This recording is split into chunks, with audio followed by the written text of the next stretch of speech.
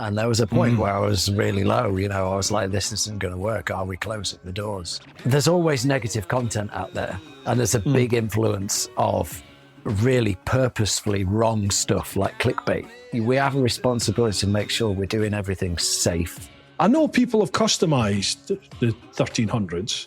GS 1300. Oh, wow. You'll probably be sick. What's the weirdest thing you've searched for on the internet? We were trying to figure out the name of this particular Jedi in Clone Wars, and my little boy went, he's called Fisto. So I Googled Fisto. Look away, son. Look away. It turns out he's called Kit. Down in the dirt. Don't need to close this in any, or are we all right? Whatever you want to do, pal. Fine. It's like a wide shot. Okay. Yes, looks lovely, mate. Yeah. Looks perfect. Very nice. I thought, what's the point? What's the point in having a Chesterfield sofa in your office if you can't be interviewed on it? I was just a way to say, look at you with your Chesterfield. That looks lovely. Mate, I wish I had a designer's eye. I mean, even that looks mint. I'm crap at all that stuff. I don't like this. There you go. Brilliant. How you been? I've been ace, mate. I've been ace. How are you? Yeah, tickety boo, man. Yeah. Same old, really. Yeah. Same old. You're looking very well. I'm looking too well, pal. Too well. I started back rowing this week, but I didn't post anything on my socials because I've had so many false starts. I just thought, you know what? Let's just get back into the swing of things and sort of get into the habit before you start broadcasting it to the world. So. But I've done the first row, right? And it hurt. Jesus. Oh well, that's good. That's good. Maybe we have a chat about that because I've been working out hard as well. Yeah, absolutely. Trying to get healthy again. Are you all right? Just to crack? I start recording the second I open this thing up, but we can start whenever. So if you're happy to just crack on. Okay. Well, yeah. Don't put all that bit in. It's what you call it. I think you should. It's. God, what's the word? It's natural, isn't it? It's just part of a conversation. Yes. There's nothing polished about this on my side, mate. There's nothing polished about this. Right, you got a beer going, so let me crack one open too. There we go. I'm on the ales now. I thought I'm talking to a northerner. I better get on the ales. There we are. Got a green king. Oh, nice. Well, I'm actually on the Corona Zero. Do you know I had some of that in my fridge? Because it's hot, isn't it? Yeah, it is. It's nice. It's all right, that. Yeah. Slange. It's all right, yeah. It's not too bad. Yeah, sorry, slange. Just to your health. Oh, are you freezing up a bit over this end? Am I? It's all right. This is... Yeah, This is a bit of software called StreamYard that I'm using. It's a bit like Zoom. But why I've moved to it is that it records your video and your audio at your side and the same at my side. So it doesn't matter if the connection's a bit pants and it breaks and freezes through the chat. Once we click end and finish, it uploads everything. So there's like a full quality, uninterrupted version that gets sent to me. So it works so far. Oh, that's good. That's very clever. So we might break up a little bit as we chat, depending on interweb connection and stuff. But the end product should be all right. Should. Awesome. All right, mate. Right. Wow, lovely. Folks, if you've not figured it out, this is Jonathan Hull from Jonathan Hull and Sons Bespoke. Is it Bespoke Motorcycles or Custom Motorcycles? Yeah, Bespoke Motorcycles. Bespoke Motorcycles. Yeah. Back on. How you doing, pal? All good, I hope. I'm good, thank you, Bruce, and it's lovely to see you again. And you, mate, and you. So what have you been done since the last time you came on? This is like your third time on here, I think, isn't it? It is, isn't it? I was trying to think what we spoke about. It crept up on me again. I know we've had it in the books for about a month, but it absolutely crept up on me. You were just coming up. You were... I remember having a bit of a rant about Elon Musk. But other than that, I can't really remember much of what we spoke. You were in the build-up. Hey, I was right though, wasn't I? Jeez. Well, yeah, I mean the whole world seems to have gone to poo at the moment, hasn't it? It's just if you dive into it and believe everything that's getting presented to you, it's a very depressing place at the moment. So I'm trying to keep out of it as much as I can.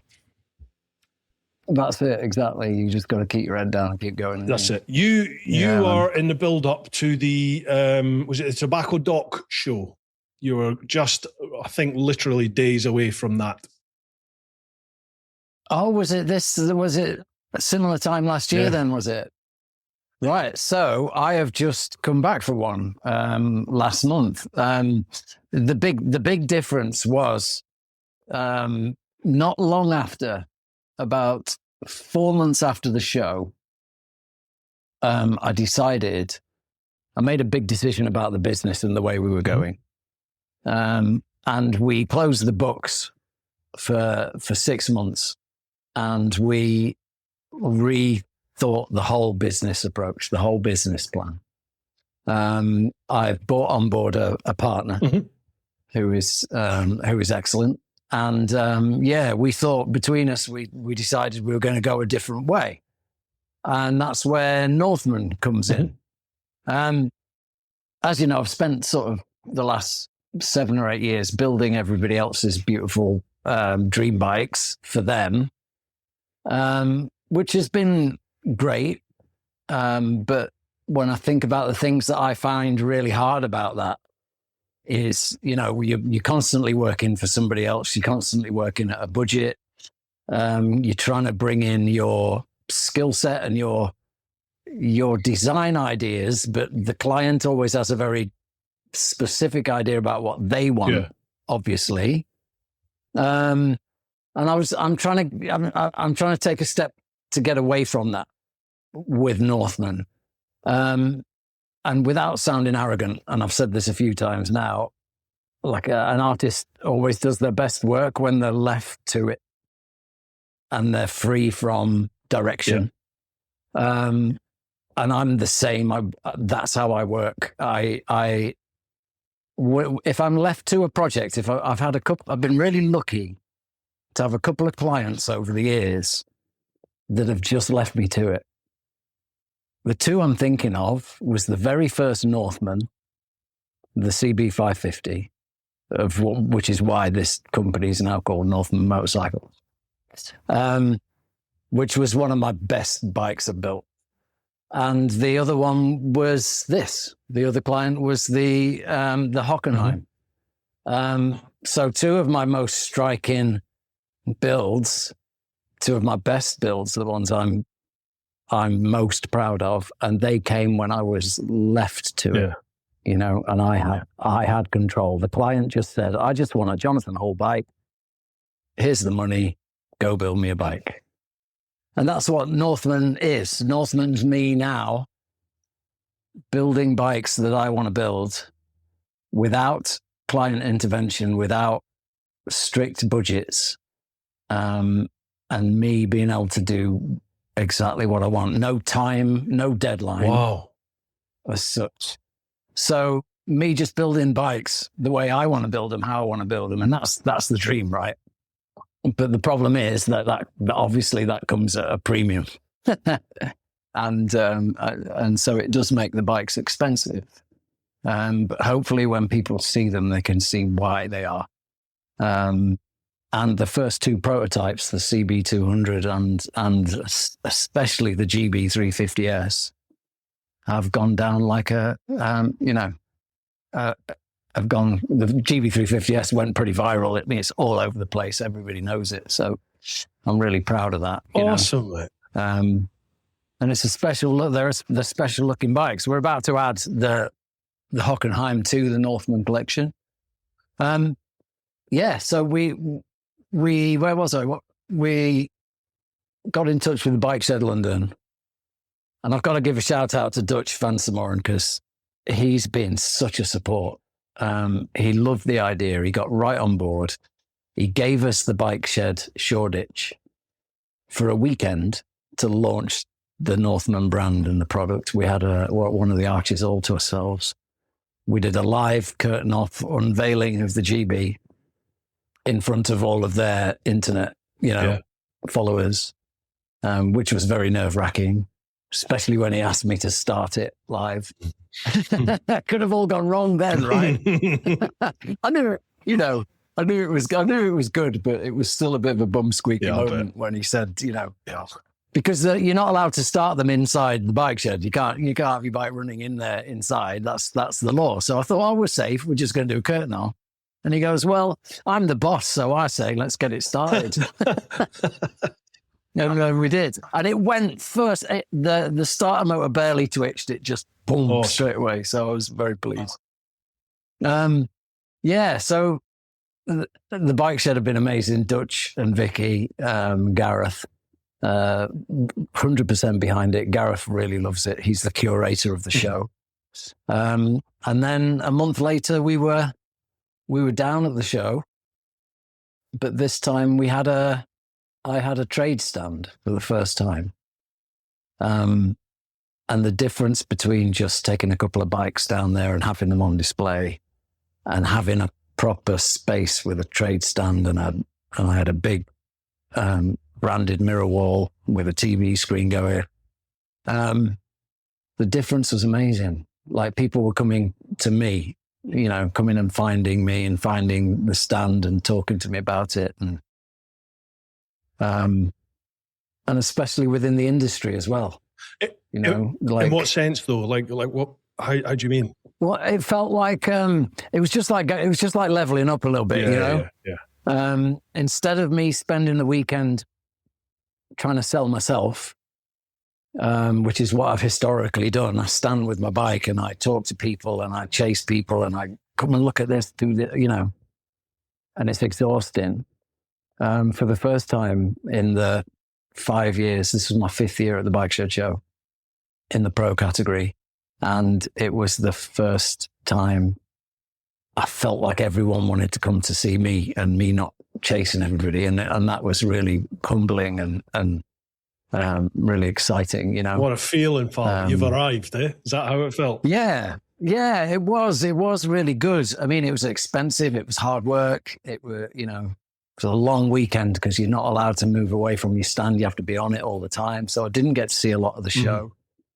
But when I had people like the CEO of Hedden walked through, and he walked back, and then a couple of minutes later he walked through again, and he kept looking over.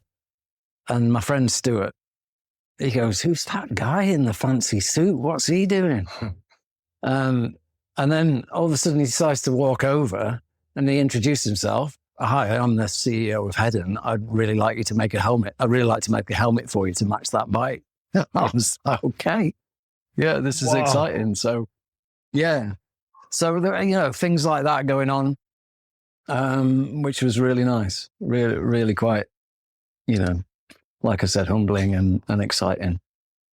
Dude, things are on the up. And then it was all been about, well, hopefully, yeah. I mean, we're only doing 5 of each bike. We've only got 2 models up now, but this one's coming up. And we're going to do the original Northman, the CB550 as well.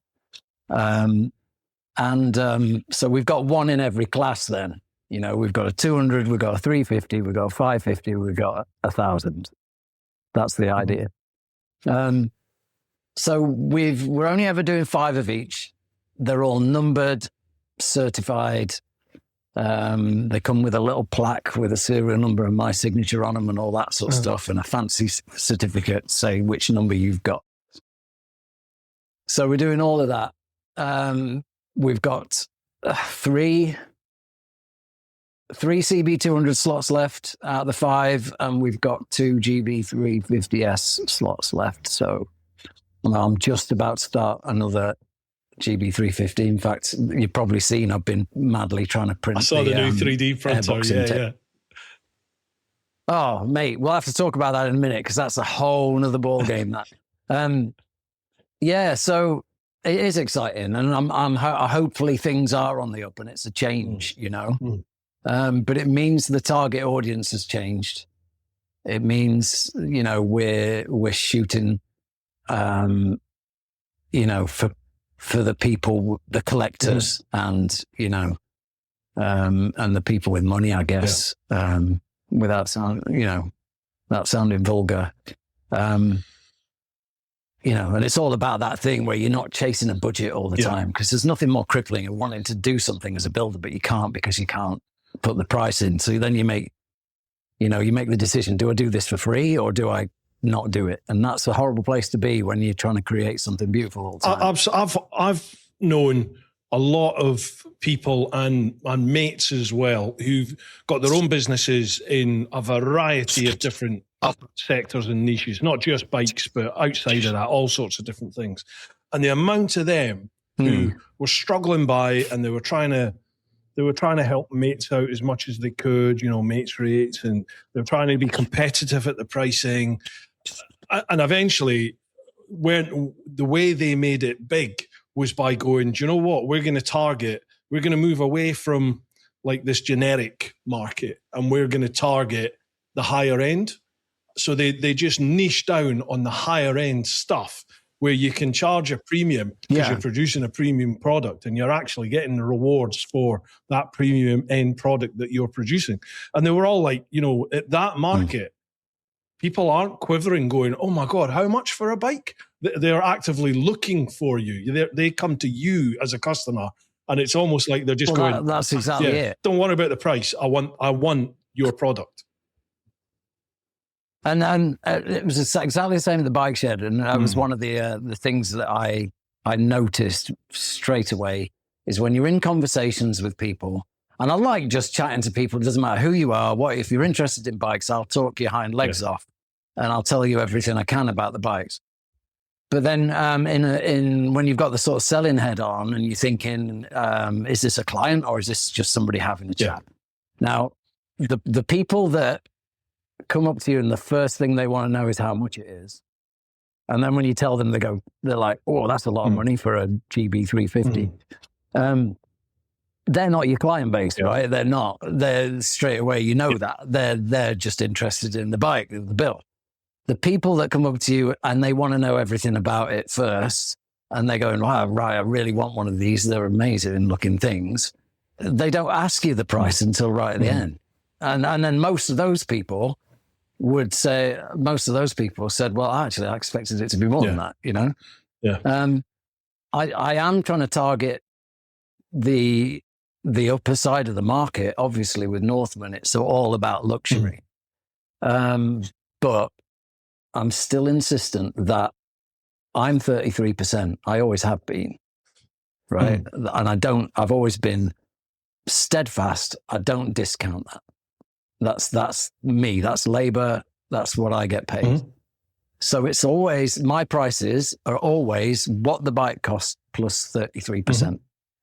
It's fair enough. So, the Northman GB350S comes in at 12 and a half, nearly £13,000 before I get my spanners out. That's just in parts. So by the time, and the donor bike, of course. So buy the donor bike, parts on top of that, and then 33%, there's your price. And I don't think, I'm not inflating that any, and that's a very sort of industry standard sort of fee for a labour charge. Yeah, absolutely.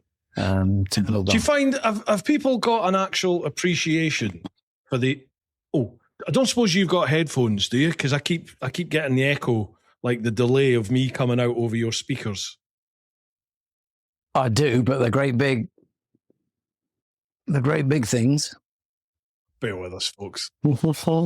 So, are you enjoying the podcast? If you are, please let everyone you know about it. Sharing at the moment is the biggest trigger for the algorithm. Obviously, you need to like, comment, subscribe, all that jazz. But if you can just tell one mate about the podcast, share it across to them, that helps tenfold. I love doing the podcast. I'm really trying to grow it this year, and you can help me out by doing that. So I'll love you forever if you do. Whilst I'm on the topic of support, folks, the only reason I can do the podcast and the YouTube channel and everything like that full time is because of my Patreon. In the clan itself, we do meetups, we do live streams. You'll get early access to the vids. You get first choice on the questions on this podcast. And you'll also get exclusive early access to my chicken strips tours when they're released.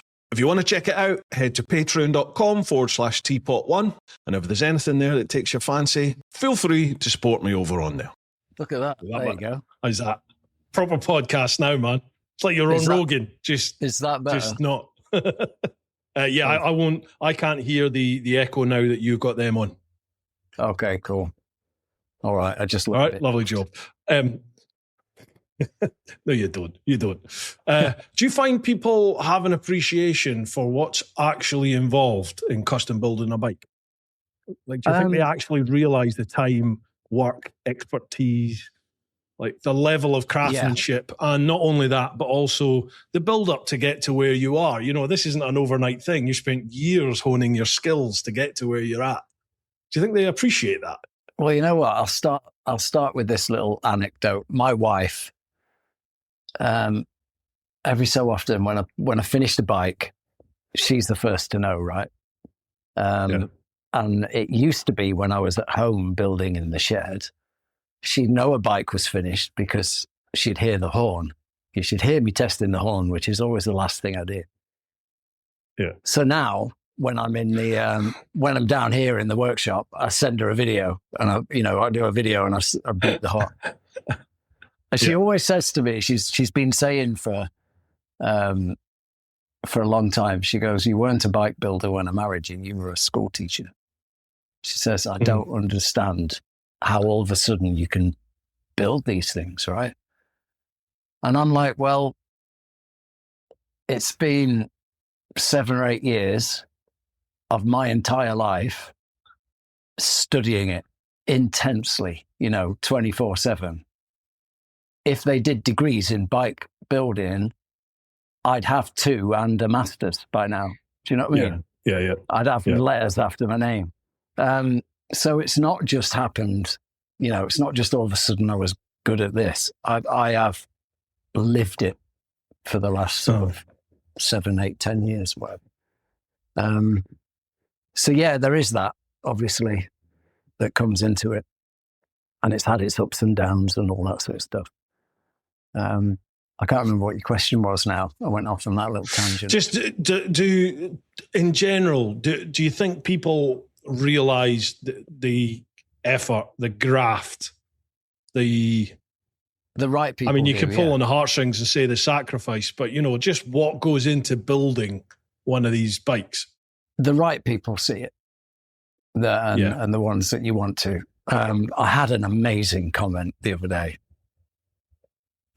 This was the Northman GB350S, right? The bike nobody else has been able to build before.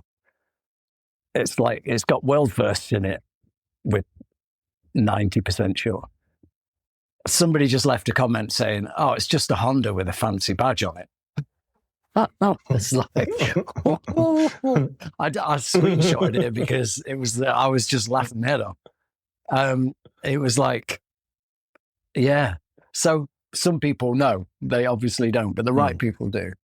And the fact that with that bike, even Honda couldn't quite believe what I'd managed to do with it. Because I worked with Doble Motorcycles who are delivering me another one. They're bringing their team up to deliver me another one. I'm going to do a video, do some YouTube, some Instagram stuff. Doble from South London?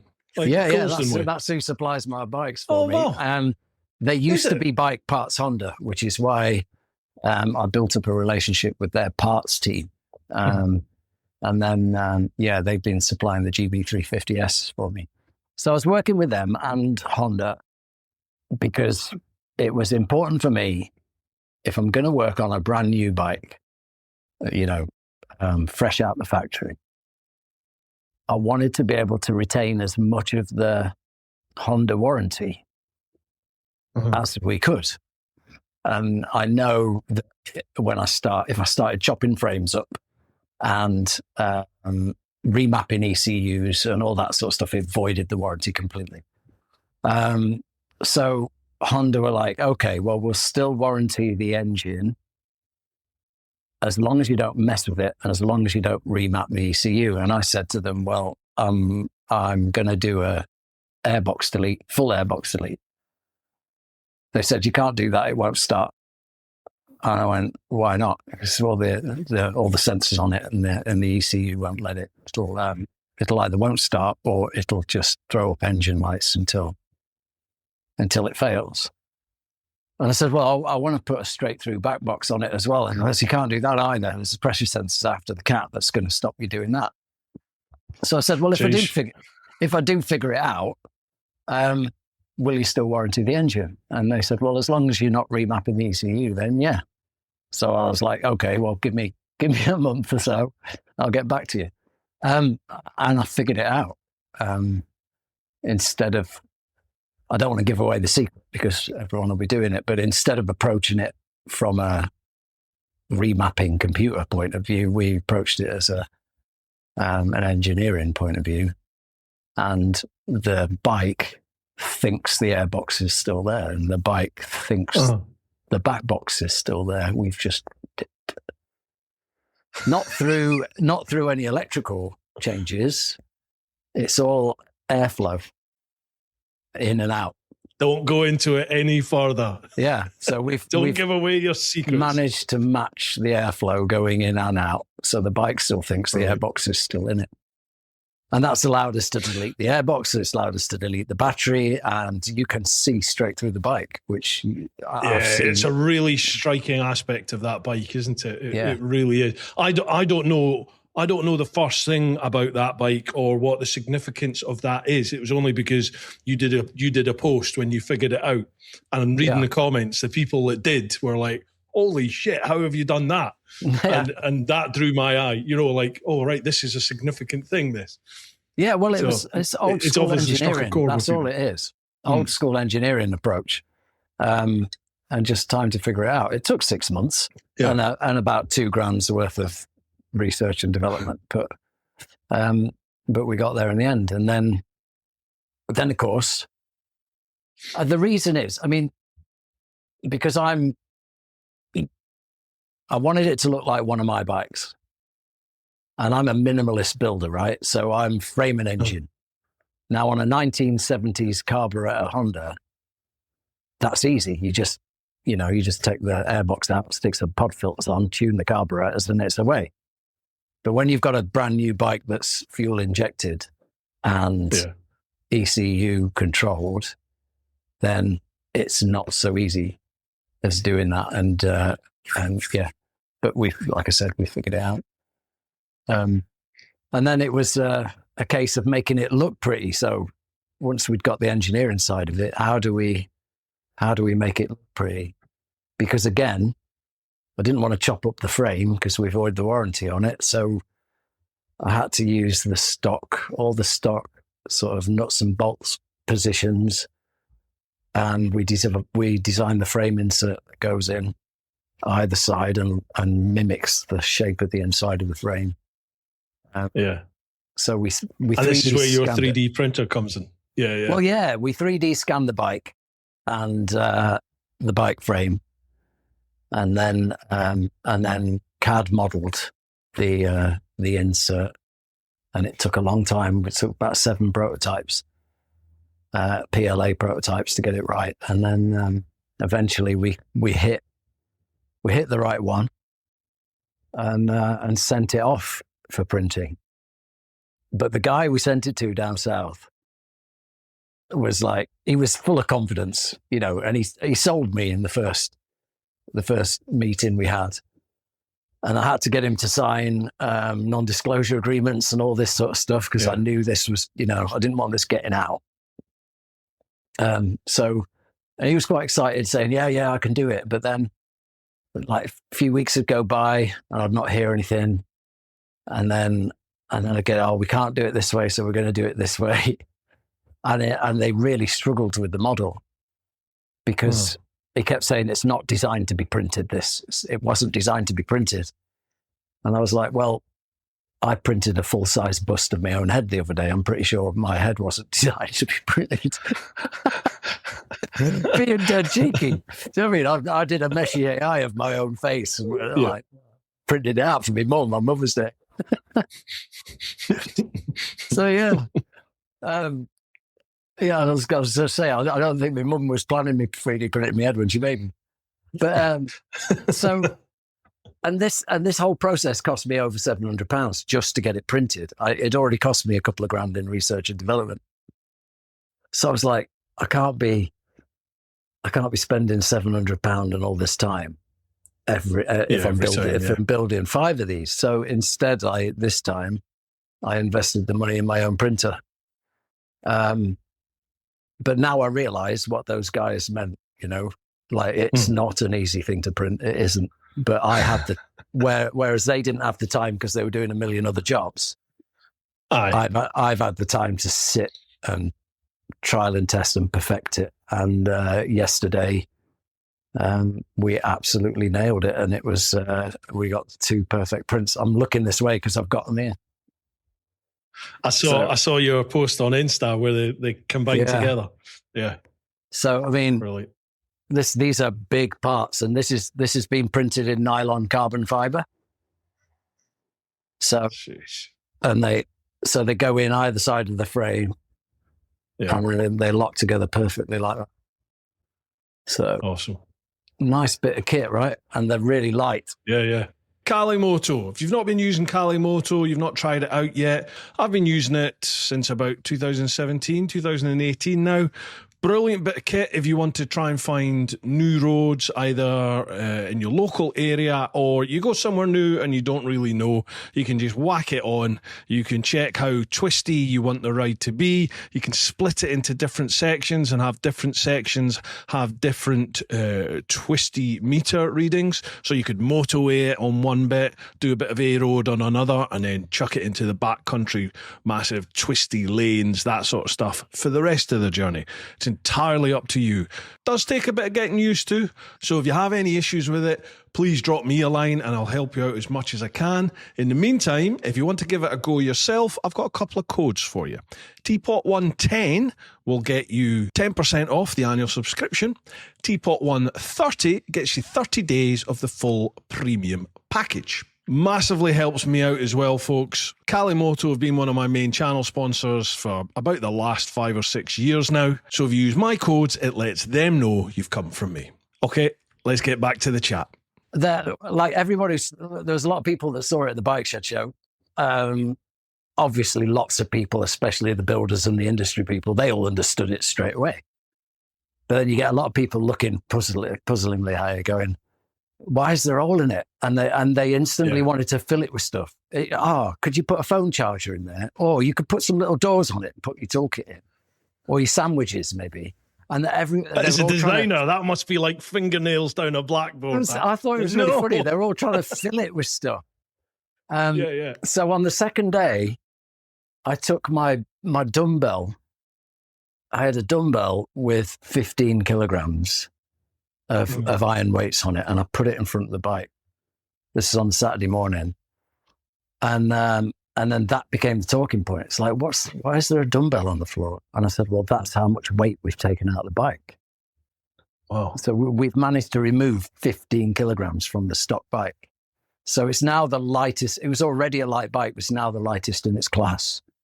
It's about 3 or 4 kilograms lighter than the Triumph 400, which previously was the lightest in its class.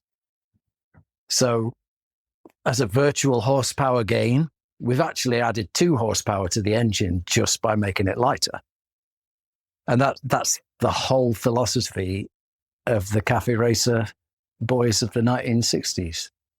Take everything off the bike, make it as light as possible, get to the cafe before all your mates, because you're adding power. Everything you take off the bike is adding power to the engine, right? And that's what I got out of Innovation Racing. 2 years I spent with the racing team. And that was the biggest thing I came away with, I think, that was power to weight ratio and the importance of it. So we've not just made a pretty bike. We've made a better bike. It's lighter, it's more nimble, it's more powerful, it steers better, it's more comfortable, And that was what we wanted to do with Northman. What did Honda make of it, if I can ask? What did they make when you came back to them and said, "I've done it. I've found a solution"? Well, yeah, they were like, "Oh, wow, okay." I was like, all I'm interested in, are you still gonna? I explained to them how I did it, and I was like, "You're still gonna honor the warranty?" And they were like, "Yeah, of course we will." Very clever, well done. Doble love it. So what we're doing a week on Tuesday is Doble Motorcycles are coming up with their social media guys, and we're going to put the new one next to the old one, and the Northman next to the new factory one, and do a bit of a video because it's they look very different, right? Oh wow! I can't wait to see. Can't wait to watch that. Yeah. Brilliant. Are they going to bring Are they going to bring the new one down to their dealership? The Northman. No, Yeah. I've not talked to them about taking one down there. This one that I've got in stock at the minute already has an owner, so that got you. Of course, yeah. I've just been lucky enough to keep it for a while. So that needs to go, and I need to get on with building the next two. So yeah. So explain to us, how does the new Northman business then? How does that work? So you've actually you're going to have five of these Northmans, all of each class. You're going to have them. That's a set build, and then you just get a numbered variety of it, or can people customize them as well? We're selling build slots. So 5 available build slots, and I'm publicly committed to only ever building 5 of each. I said, numbered and certified. So what you do is you buy a build slot. The first run is January delivery, and then it will be August, 6 months on the GB 350s and the CB 200s. So 6-month build slots. So I've got some available for January. So you buy a build slot. It's the 10% deposit to hold the slot. And then at the start of the build slot, it's 60%. And then the final 30 on delivery, which is similar to how I've always worked. So it covers the 60 covers the build cost. And then the final payment is, my 33%, my 30%. Awesome. Brilliant. Yeah, so that's how it works. Exciting times, dude. So I can get these pretty quick because now I've built, now the prototyping's done and all that, the work's gone into it. It's I can do a 6-month build slot because I can build 2 together, and I know what I'm doing now, and especially now I can print the parts, print these frame inserts in house, which is a big deal. Yeah. Have you ever done any 3D printing, Bruce? Never. No. I've not dipped my toe into that. I know. Do you know Sam Vincent? Have you I know the name. Sam Vincent, or do you know? He's another YouTuber. He's pretty handy on the tools, cars and bikes, and he discovered 3D printing a couple of years ago, I think. Literally just went through the stage of 3D printing everything. Well, what I've discovered, because I had a couple of little 3D printers I was just playing with, and it's great for printing out plastic toys, and I've like these articulated dragons, right? Brilliant for the kids. This has been printed out because it's my son's going to a birthday party tomorrow, so it's a little present for them. Printing out little things, but moving into industrial filaments and industrial sizes is an entirely different world. It's been an incredible learning curve. The temperatures that you have to get to, printing in nylon carbon fiber it's a whole different ballgame. And lots of well-meaning people, like I've posted online about me doing this, right? Lots of really well-meaning people, because they've got a little bamboo lab at home in the bedroom, printing out little, cosplay stuff and, and little models. And I'm getting all this very well-meaning advice on what I should be doing with this giant thing. Yeah. And I'm like, different world. That's kind of you, but this is like, if you're printing PLA at home, you're looking 200-degree nozzles and 50-degree beds. This is 300 and something degree nozzles and 120 degrees on the bed. And they've got to be like 80 degrees inside the cabinet. It's crazy. There's just the heat. And you have to maintain that heat for like 23 hours just to print one of those. Bloody hell. And it has Greta to be, must be loving you then, is she? well, yeah. I mean, and it has to be constant. If it drops too much in temperature inside the enclosure, your print's knackered halfway through. So it has to be meticulously maintained. The bed has to be configured to win within thousandths of an inch perfectly. Otherwise, it's game over. So it's a tough do. But being able that's now not the world for me, mate. to have nailed it now and to be able to do it in-house, proper engineering prints. That's a big deal for us, I think. You've got to be happy where things. things currently are and the projections of things at the moment, mate. Because it's not that long ago you were working in a shed and then you took on the unit. It's not, is it? And I think the last time you came on here, you'd taken on the unit. I think you'd been in there a year or so, and things were moving on. And now look at you, a year later, if that. I mean, it's not all. There are months when I'm struggling. And there has been, and closing the books for 6 months was tough to get to this point again. But yeah, things are looking up. But it's been a lot. It's been a lot of hard work. I mean, by the time I got to the Bike Shed show, I was on my knees. It was all encompassing. To get not just to get the prototypes done, but have the business ready to go and the model and the website, the back end, and get a team. I've never had the team behind me before. It's always just been you, eh? Yeah, it has. Yeah, it's always just been me. But now I've got I'm working with Ravenworks. I've got the guys that do small scale CNC, do my badges and. I've had to get people. Tom Hurley always does my seats. He's been amazing, but So it was getting all these artisans together, all these really skilled people. Finding a new painter it's just amazing, Luke. The finish on the GB especially is just outstanding. Everything had to be the best. It's got to be luxury, I mean, I spent £700 on two tank badges. Even the Northman tank badges on the GB, on both bikes, they're solid brass.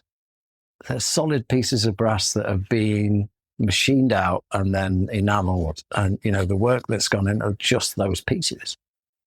But that's the detail and the craftsmanship that sets your products aside, though, isn't it? That's what elevates you to where you are, That takes you from, how much is that? Oh, that's a lot for that bike, to, I need one of them. when can I have it? It is, though, isn't it? Yeah. I mean, even doing the tubeless spoke wheel conversion on that, you're adding £2,000 to the build cost just to do that. By the time you've put the Andless clippers on as well, you're looking a couple of grand just to put spokes on it. Bloody hell. But we wanted to get the weight down, and they are tubeless alloy spokes with carbon fiber inserts, and they're beautiful bits of kit.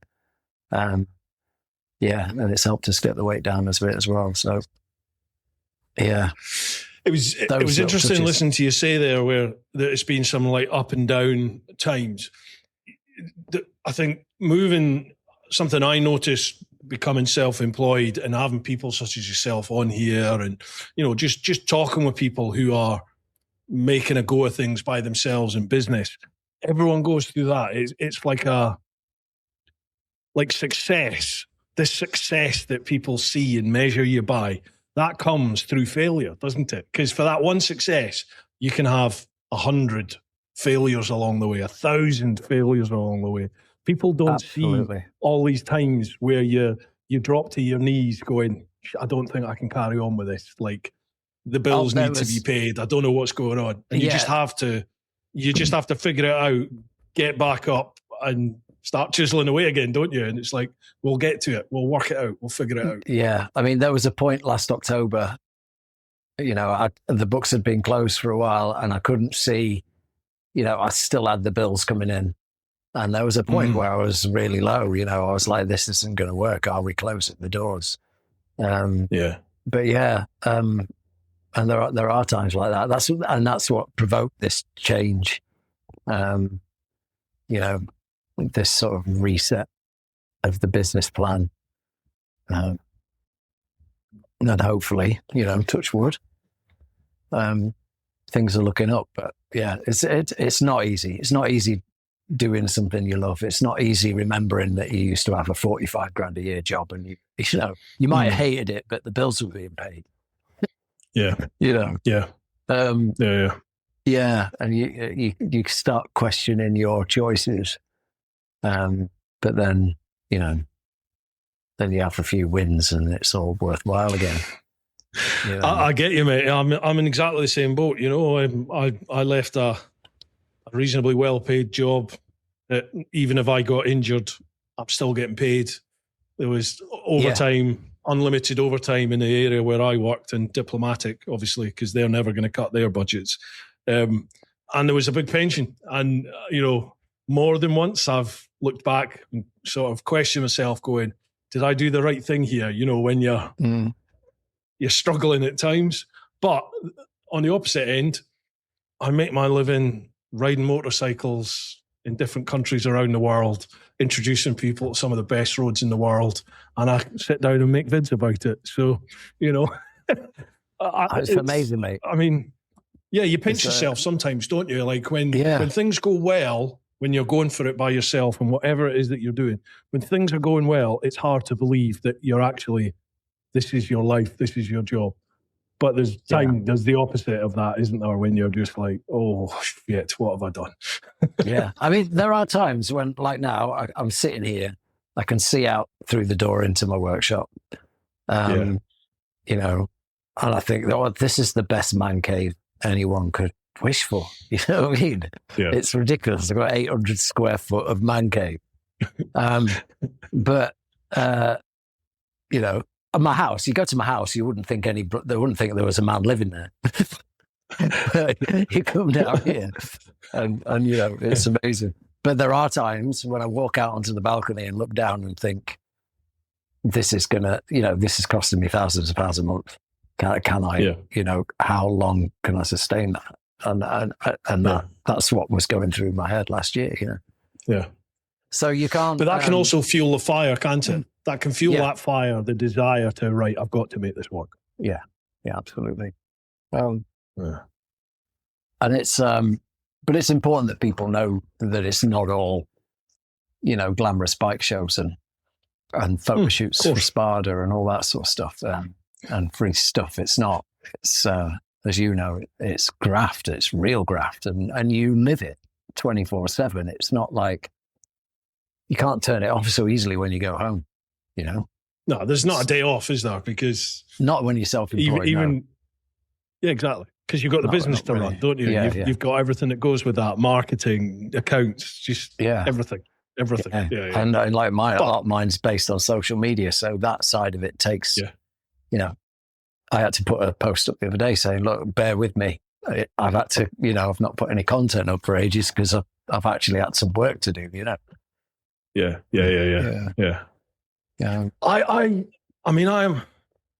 I think I put a fair amount of socials up, but the amount of people that turn around to me, I haven't seen anything from you in ages, not seen a vid from you in a while. And I'm like, I'm still putting out a teapot vid once a week. I try and do at least one short for that once a week, the podcast, and, at least one reel a day for the podcast. I see you plenty, but I think because I train my algorithm quite well to see the people who I want to see. Yeah. And if somebody drops off and I haven't noticed, because I'd notice if you weren't in my feeds, and I'd go and I'd make sure I played a few of your videos and train the algorithm. Oh, he's still interested in Bruce. Top man, cheers. But if for anybody else, it's so busy trying to feed you what it thinks you want to see. It doesn't show you. Even the people you follow don't appear in your feeds. and you have to keep reminding it. So people do forget you. And I think that's certainly true of my feed if I let it happen. Because every so often somebody crops up and you go, oh God, I wonder what they've been up to. And then you look at the page and they've been posting, like you said, constantly. It's just, we've not been seeing it, YouTube is exactly the same. Exactly the same. The amount of accounts that, like you say, I try to make a point now of at least a couple of times a week, sort of like after like 9, 10 o'clock, normally about 10 o'clock, I'm finished in the office, go back in the house, and I like just to have an hour or two just myself. My wife's gone to bed by then, so I like just to have an hour or two downstairs, maybe with the dog on the couch, and I don't watch TV, so I'm just going through YouTube.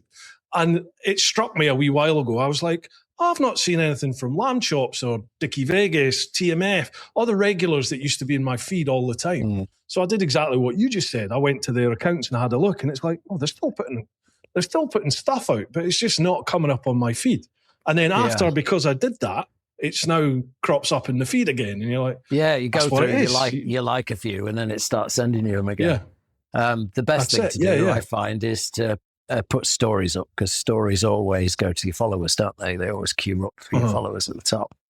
So you can put a post up, and then it won't do anything much until you tag it in your story, and then all your followers go, oh yeah, he's got a post up, and do it that way. So stories still have a significance, I guess, there. But it's hard work, isn't it? Like I said, it's like you go home, you finish, you're doing what you're doing in the workshop, and then you go home and you're spending all night, sorry for the language, fucking about Instagram. You look up and realise you've got 2 kids and a wife that need something, It's like, that's got to be hard, man, with a family as well. I'm very lucky because I've just got my missus, and 9 times out of 10, if I look up, she's on her phone anyway, looking at cats and jumbo sales and whatever it is she looks at, car boot sales. That's got to be hard, trying to balance that. It is, and I have been, recently I've been quite busy, and because of the launch and everything like that, and my family understands that. But the upside of being self-employed is that I get to pick and choose when I work, and I can do things like the school runs and and stuff like that when I want. So I'm still making time for my family. And I said to myself last year that I can't be going down. I have to have at least my Sunday back, if not my Saturday and Sunday. And I try really hard not to work. Sometimes I'll come down here on a Saturday morning, but Sundays is always, family time. Yeah. And if you don't tell yourself to do that, you end up spending your life down here. Like it's Friday night and I'm in here speaking to you. But that's true though, isn't it? You do have to remind yourself, hang on a minute, this is my passion. And I think it's very easy. It certainly happened to me. You lose the passion for your passion. So forcing yourself to take that little bit of time away, even if it is just a day, to go and, do something normal, something away from your business. Yeah. I have that one day, whether for me it is the Saturday or the Sunday, I have that day off, and that whole day I'm going, I've got this to do, I've got that to do. But it means that the next day I'm back in, I come back down into my office, I'm like, right, let's crack on, let's get this done. So it gives me like an impetus, a kickstart to get going with it again. I mean, last Sunday it was, and it was the best day I've had in a long time. And we didn't do anything special. My brother's just come back from Hong Kong. He works in Hong Kong, and the kids love their Uncle Andy. And he came over, and all we did is we had a wander around the Licorice Festival in Pontefract, and then we took a football down to the green. We just kicked a football around for hours with the kids. And it was one of the best days I've had in a long, long time. I sat down with my wife at the end of the night and went, that was just the best day, and I felt... Yeah. And they'll remember that as well, man. At ease, My little boy has just gone crazy into football, and he's got really good at it, and his confidence has soared because he was a COVID kid.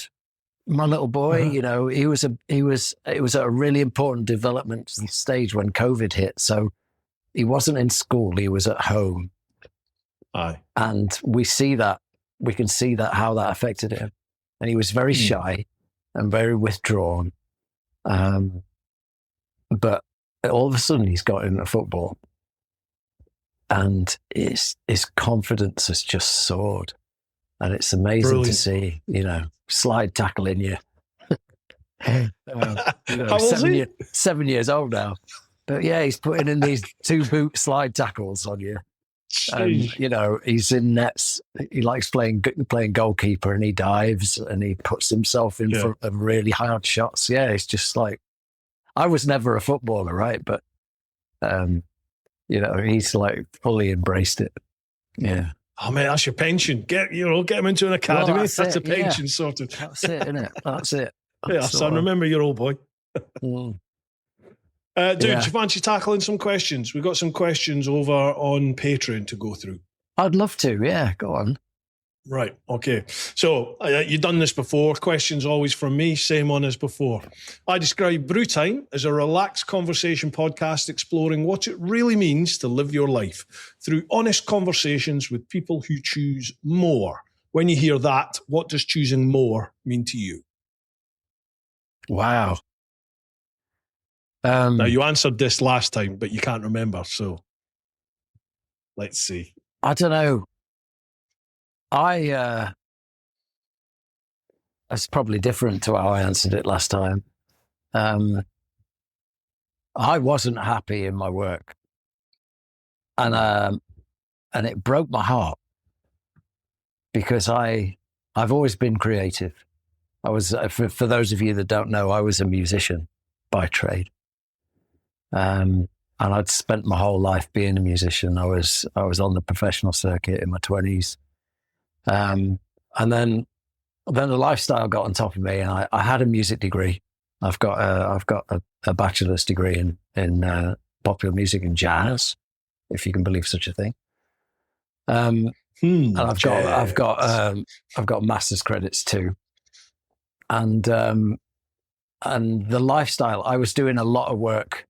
I was a rhythm sectionist, and then I was doing a lot of work in nightclubs in my late 20s. And I was going around Europe with DJs and playing in those, you know, funky house environments. And the lifestyle just got on top of me, and I broke. I thoroughly broke. I picked myself up, and I thought, like, how do I make use of my degree and everything? And I went back to studying, and I got my teaching degree. So I topped it up, and I got fully qualified teacher status. So I got into education, and I absolutely loved it, and I was good at it. I think it was because I came from a professional background. I wasn't a professional teacher. I was a musician first, and then a music teacher.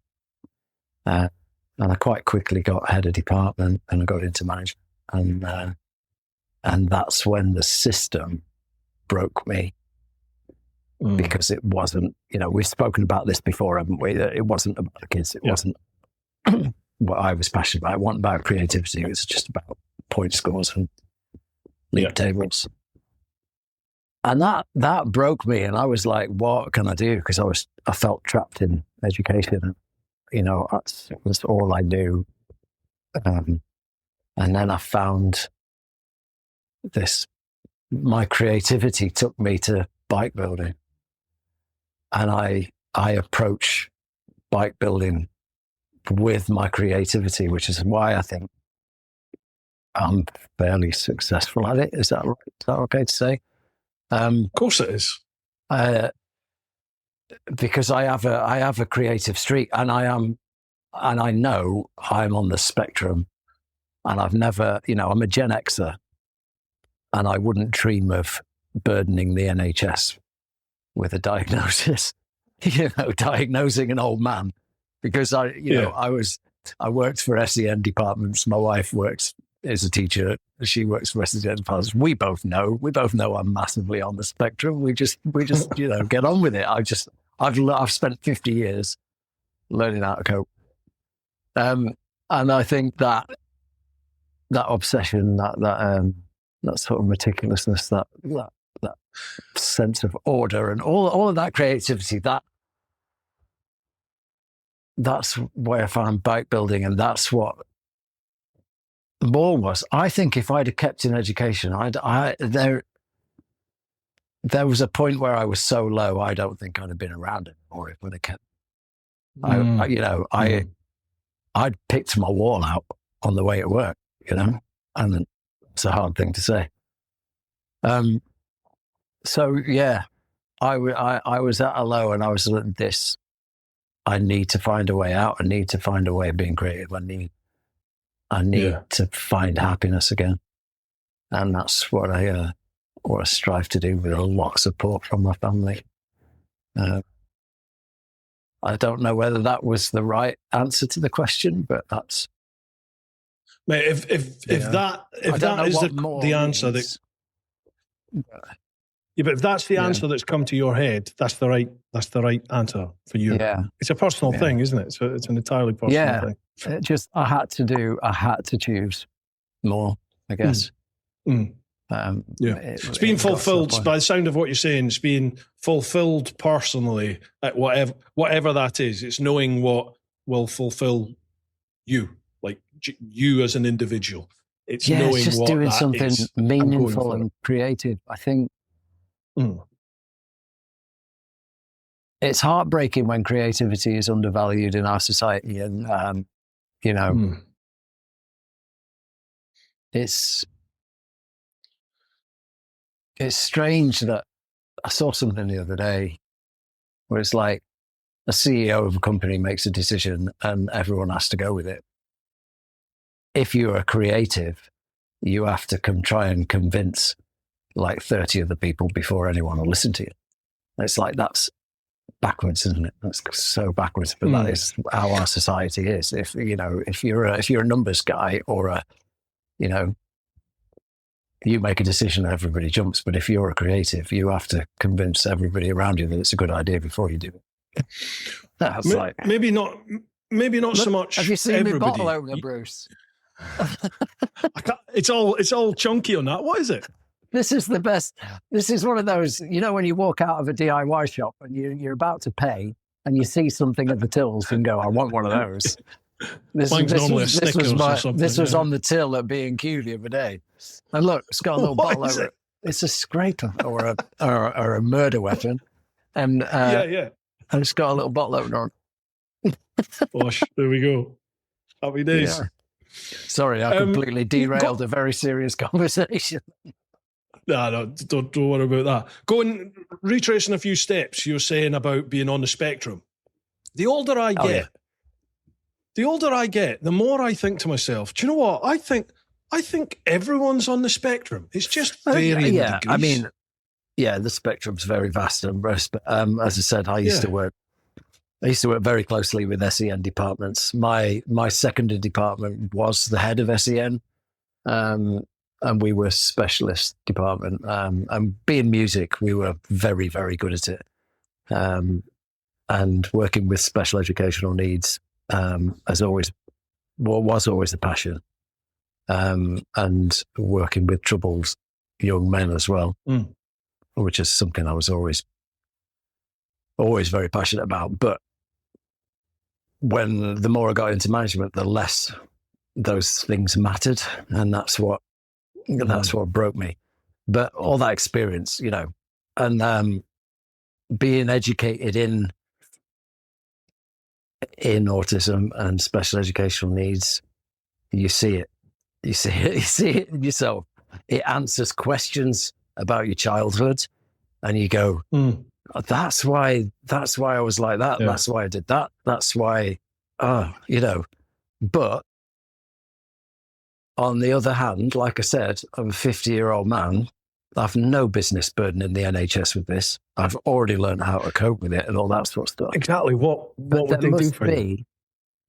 there will be hundreds of thousands of men our age, men and women our age, that were missed diagnoses at school, that would have, if they'd gone through the system nowadays, would have definitely had one, had an EACP or something, just because of the generation and the advancements of the knowledge. My dad's one of them. I don't.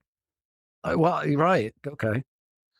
My dad is like a Rain Man for facts and figures, for like mathematics and stuff like that. He didn't start using a calculator till probably the 90s. And by that point, computers are there, and he point blank refused. And he was basically forced, I think, late 90s to do a course to just figure out Excel, because he did everything by hand. And my dad worked, with Total, Shell, the big, massive oil companies. He was a quantity surveyor for them. So he's dealing with, like, back in the 80s, multi-million, billion-dollar contracts, and he's doing it all by hand, because that's the type of guy he is. You'd come in really early and he'd be the first in, the last to leave the office, and he'd do everything by hand, and he would check everything, just because that's how he was laser focused on that sort of stuff. Yeah. I mean, he's plainly on the spectrum. You're talking about that, yeah. That's like the typical sort of what we call high level autism now. It used to be called Asperger's, right? Yeah. So those, so those sort of traits people see, and it's high functioning. It's high functioning. Yeah. Autism. In my mum's immortal words, but it's Bill, you're just not right. That's what she used to say. Yeah, well, it's our generation, isn't it? And that's why I said I don't think, if we've got this far, we've learned to cope, and I see it. Like stupid things, like I repetitively watch series. I don't know whether I should divulge this, but this is one of those things. There's a series, an animated series called Archer, right? And there's 14 seasons of it, and it's a bit like Family Guy, but it's more like in that style, but it's James Bondy type spy comedy. They're like secret agents, right? And I've watched that through, and it's purely a comfort, repetitive thing. Every night before I go to bed, I watch 2 episodes of that. And I've been through, I can't sleep unless I've watched 2. And I have been through that. I must have been through 14 seasons, like hundreds and hundreds of times. I've seen it. I know them backwards. I can speak entire episode. It's weird. It's weird. But it's that comfort thing. I don't watch it because it's exciting or it's funny. It's not funny anymore because I've seen it so many times. It's just a repetitive, compulsive thing I've got. And I sometimes do the same with things like Blackadder, or I'll just go into a phase and I'll watch them over and over and over again, like those old shows that we grew up with, just to take me back there for a bit, Yeah. So, like a comfort thing. Oh, absolutely, yeah. Rewatching the same thing, listening to the same music, that, like, it's weird, yeah. Those little things that you notice. And then when you learn that that's a trait and you start thinking back and, just triggers so many things from your past. Yeah, you go, all right. But yeah, like I said, 50 years old, coping strategies and all that sort of stuff. If you're still around and you're doing well at 50, then I don't think we all need to be rushing off trying to get diagnoses. I don't think we need to put any extra strain on the NHS that is already, bursting at the seams because of this influx in people wanting diagnosis and, for the wrong reasons. Else, yeah. But you can turn that to a superpower, can't you? In that you can turn that to your advantage. And the reason I'm saying that is, I don't know if you've heard of him, Tom Stoltman. Have you heard of the Stoltman brothers, the Scottish strongmen? You ever heard of them? Yes. Right. I think so. Tom Stoltman He's been multiple world's strongest man, massive, huge giant of a man. So's his brother. And Tom Stoltman has reasonably severe autism and was pretty much a recluse, but it was his brother that dragged him along to the gym when he was like 14, 15 as a way of, just trying to get him to interact with people. And he used to turn up at the gym with his hoodie pulled all the way up like that, but he would work and he would graft away. And he found solace in working at the gym. And he's a big old lump, so he's got natural genetics in him, which obviously meant he started to excel at the gym. He started to be able to lift heavy weights and lift heavier weights than his brother, who's like 5-6 years older than him. And he started excelling, and that laser focus that he has, if he's into something, it's all in. And he's turned around himself now and he's like, my autism is my superpower. My autism is what's got me to the pinnacle of what I've chosen to do. It absolutely can be. I mean, when I get like that, it's when I do my best work. It's when I throw out the Northmans and the Hockenheim. And when I get so involved in a project that I can't look up, that's when you do your best work. What the killer was for me, and this is probably why, is when somebody's on at you all the time. Where's my bike? Can you do it like this? I need it to be cheaper than that. All that sort of stuff. That's when I turn off. I'm done then. It's like the more somebody pesters me, the less I want to do it. The more somebody's trying to get more out of me for less. As soon as I turn off, I find it really hard to get back in. And then I start hating the project.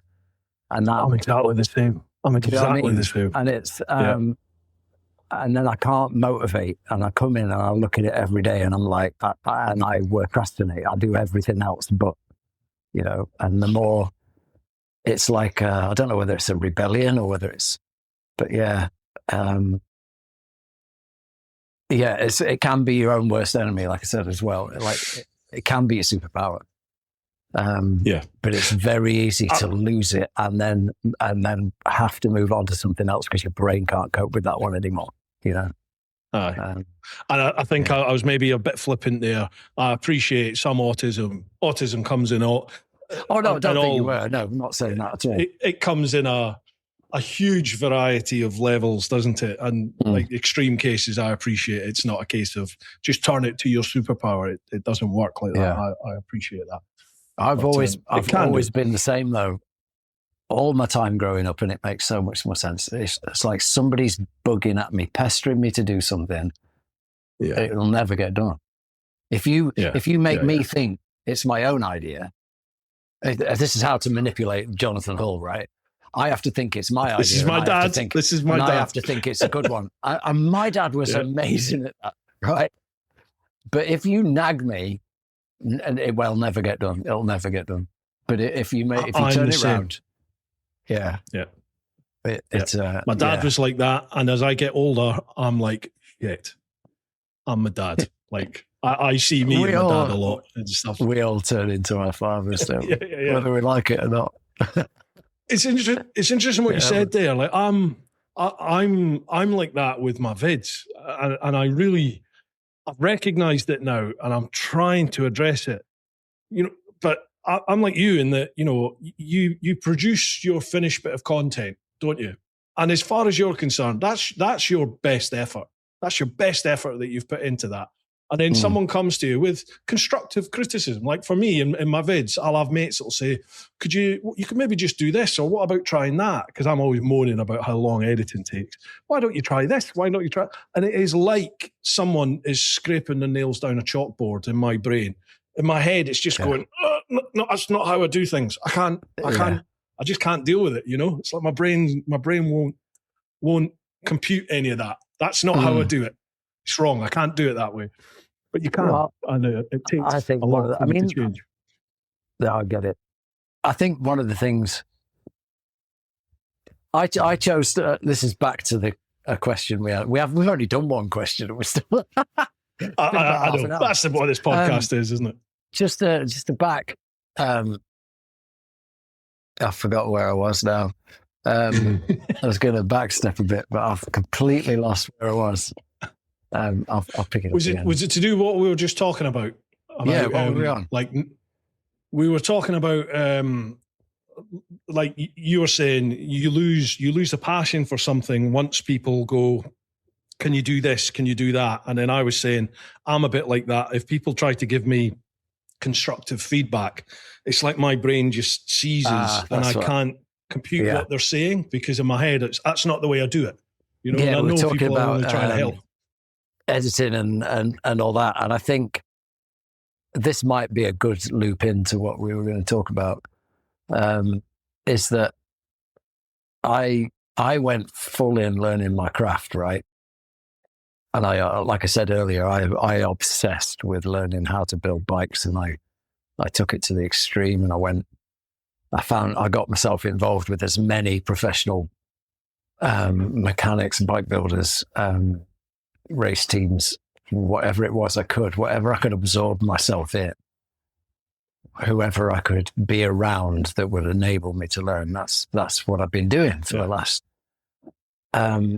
If I'd have spent that time learning how to edit videos and teach how the algorithm works, I'd probably have 1 million followers by now. But you know, I've got 16,000 or something on Instagram, and I've you know, every one of them. You know, I've never had to buy any followers. I've never had to punt myself out there for followers. I've never had to, you know, I don't boost posts and all that sort of stuff. So, you know, they're all there because they want to be there. And I find comfort in that. Like, they're all people that want to, you know, happy to follow my long form videos about how to do a top end rebuild on a CB or, you know, whatever. They're not fancy. They're not macho. They're not, you know, they're not, no, they're not like content. They're just me building bikes. And I hope that continues. You know, I've tried in the past to do, you know, algorithm friendly content, but it never works, and it always feels fake, and it don't feel like me. And, you know, I've just gone back to, you know, talking to the camera about and showing people what I'm doing, like I did with the 3D prints, and explaining it and the process. Mm-hmm. And hopefully, you know, goes back to my teaching days. Hopefully somebody learns something. But that's what your content is, though. Your content, that is like evergreen content. People are always going to need to know, or be looking to find out how to, I don't know, adapt that carburetor, do this weld, you know, whatever it is that you're doing content on, people will always be looking for that. Whereas some of the other glitzy stuff that you see that gets massive views, it's jumping on a trend at that time. It's the latest camera that's come out. It's the latest bike. It's whatever it is. Your stuff's always going to be there, and it's just going to tick over with views. Well, I hope so. People are always going to be looking. You know, sometimes you do like you do a long form video, like I did a couple yesterday on the printing, and I know I enjoy making them, and I know they're only going to do a couple of thousand views and 70, 80 likes or whatever. And I know that when I put a pretty picture of a finished bike and me looking off into the sunset in my new Sparta gear, then it'll probably do 30,000 views and 1,000 odd likes. You know what I mean? And it's frustrating, but you know, it's part of what you have to do, I guess. But I like just sitting and taking people around engines and hopefully teaching them some stuff. But you know what? You asked me what I don't know whether you want to do a couple of questions before we go into the. Let's bring it in. Let's bring it in. What's been frustrating me recently on social media has been like, there's always negative content out there, and there's a big influence of really purposefully wrong stuff like clickbait from overseas. So from like China and India and Africa and stuff. Like, people, you get in videos of people purposefully doing dangerous, wrong stuff in mechanics just to get people clickbaiting, and they're earning money off it, you know, TikTok and all that. So are you aware of that sort of content? No. You get like a 30-second And it might be, it might be somebody, I'm trying to think of an example, like somebody like fastening a brake, like trying to thread a brake up with like a brake line or a clutch cable with a paper clip or something like that. And, and it'll be a quick thing, but you're thinking that is the most dangerous thing I've ever seen. And everyone jumps in and they go, you can't do it like that. Why on earth would you do it like that? And they all start filling up just the to get engagement. That gets engagement and that gets them paid, right? So there's tons of that. But then there's another more worrying side where I see reputable builders that are all they're trying to do is work the algorithm. And, they're putting up content for the algorithm and not thinking, is this the right way to do that? Is it safe? And I think for some of those people, there's a couple of guys, and I'm not going to mention any names, of course, 'cause it wouldn't be professional. But I saw somebody recently who's like 200 and something thousand followers, and stood on with a piece of, I'm trying not to say too much, but a piece of a bike in a vise, smacking bearings out of it with a hammer, like a big steel claw hammer, wearing a vest and all that and looking macho. And the tagline was, bike building's not glamorous. Right. It's the most dangerous thing I've ever seen. If I was at the racing team and the boss had seen me smacking bearings out of something with a claw hammer, those parts would be in the skip and I'd be taking them out of my wages. Do you know what I mean? There should be at no point in any bike build that you should take a hammer to a piece of metal. If that's all you've got left in your mental toolbox, and it's all you've got left, then you should be giving them to a professional and having them done properly.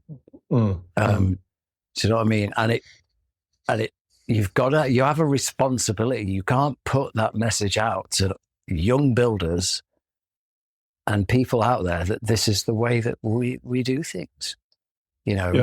Just, it might look dramatic and it might look professional. And I've done spark videos, I've done videos of me chopping a bike with sparks everywhere, or slow motion welding or whatever. And it looks lovely. It looks, it does look macho and cool, but there's a line to that. And you've got to we have a responsibility to make sure we're doing everything safe and the right way.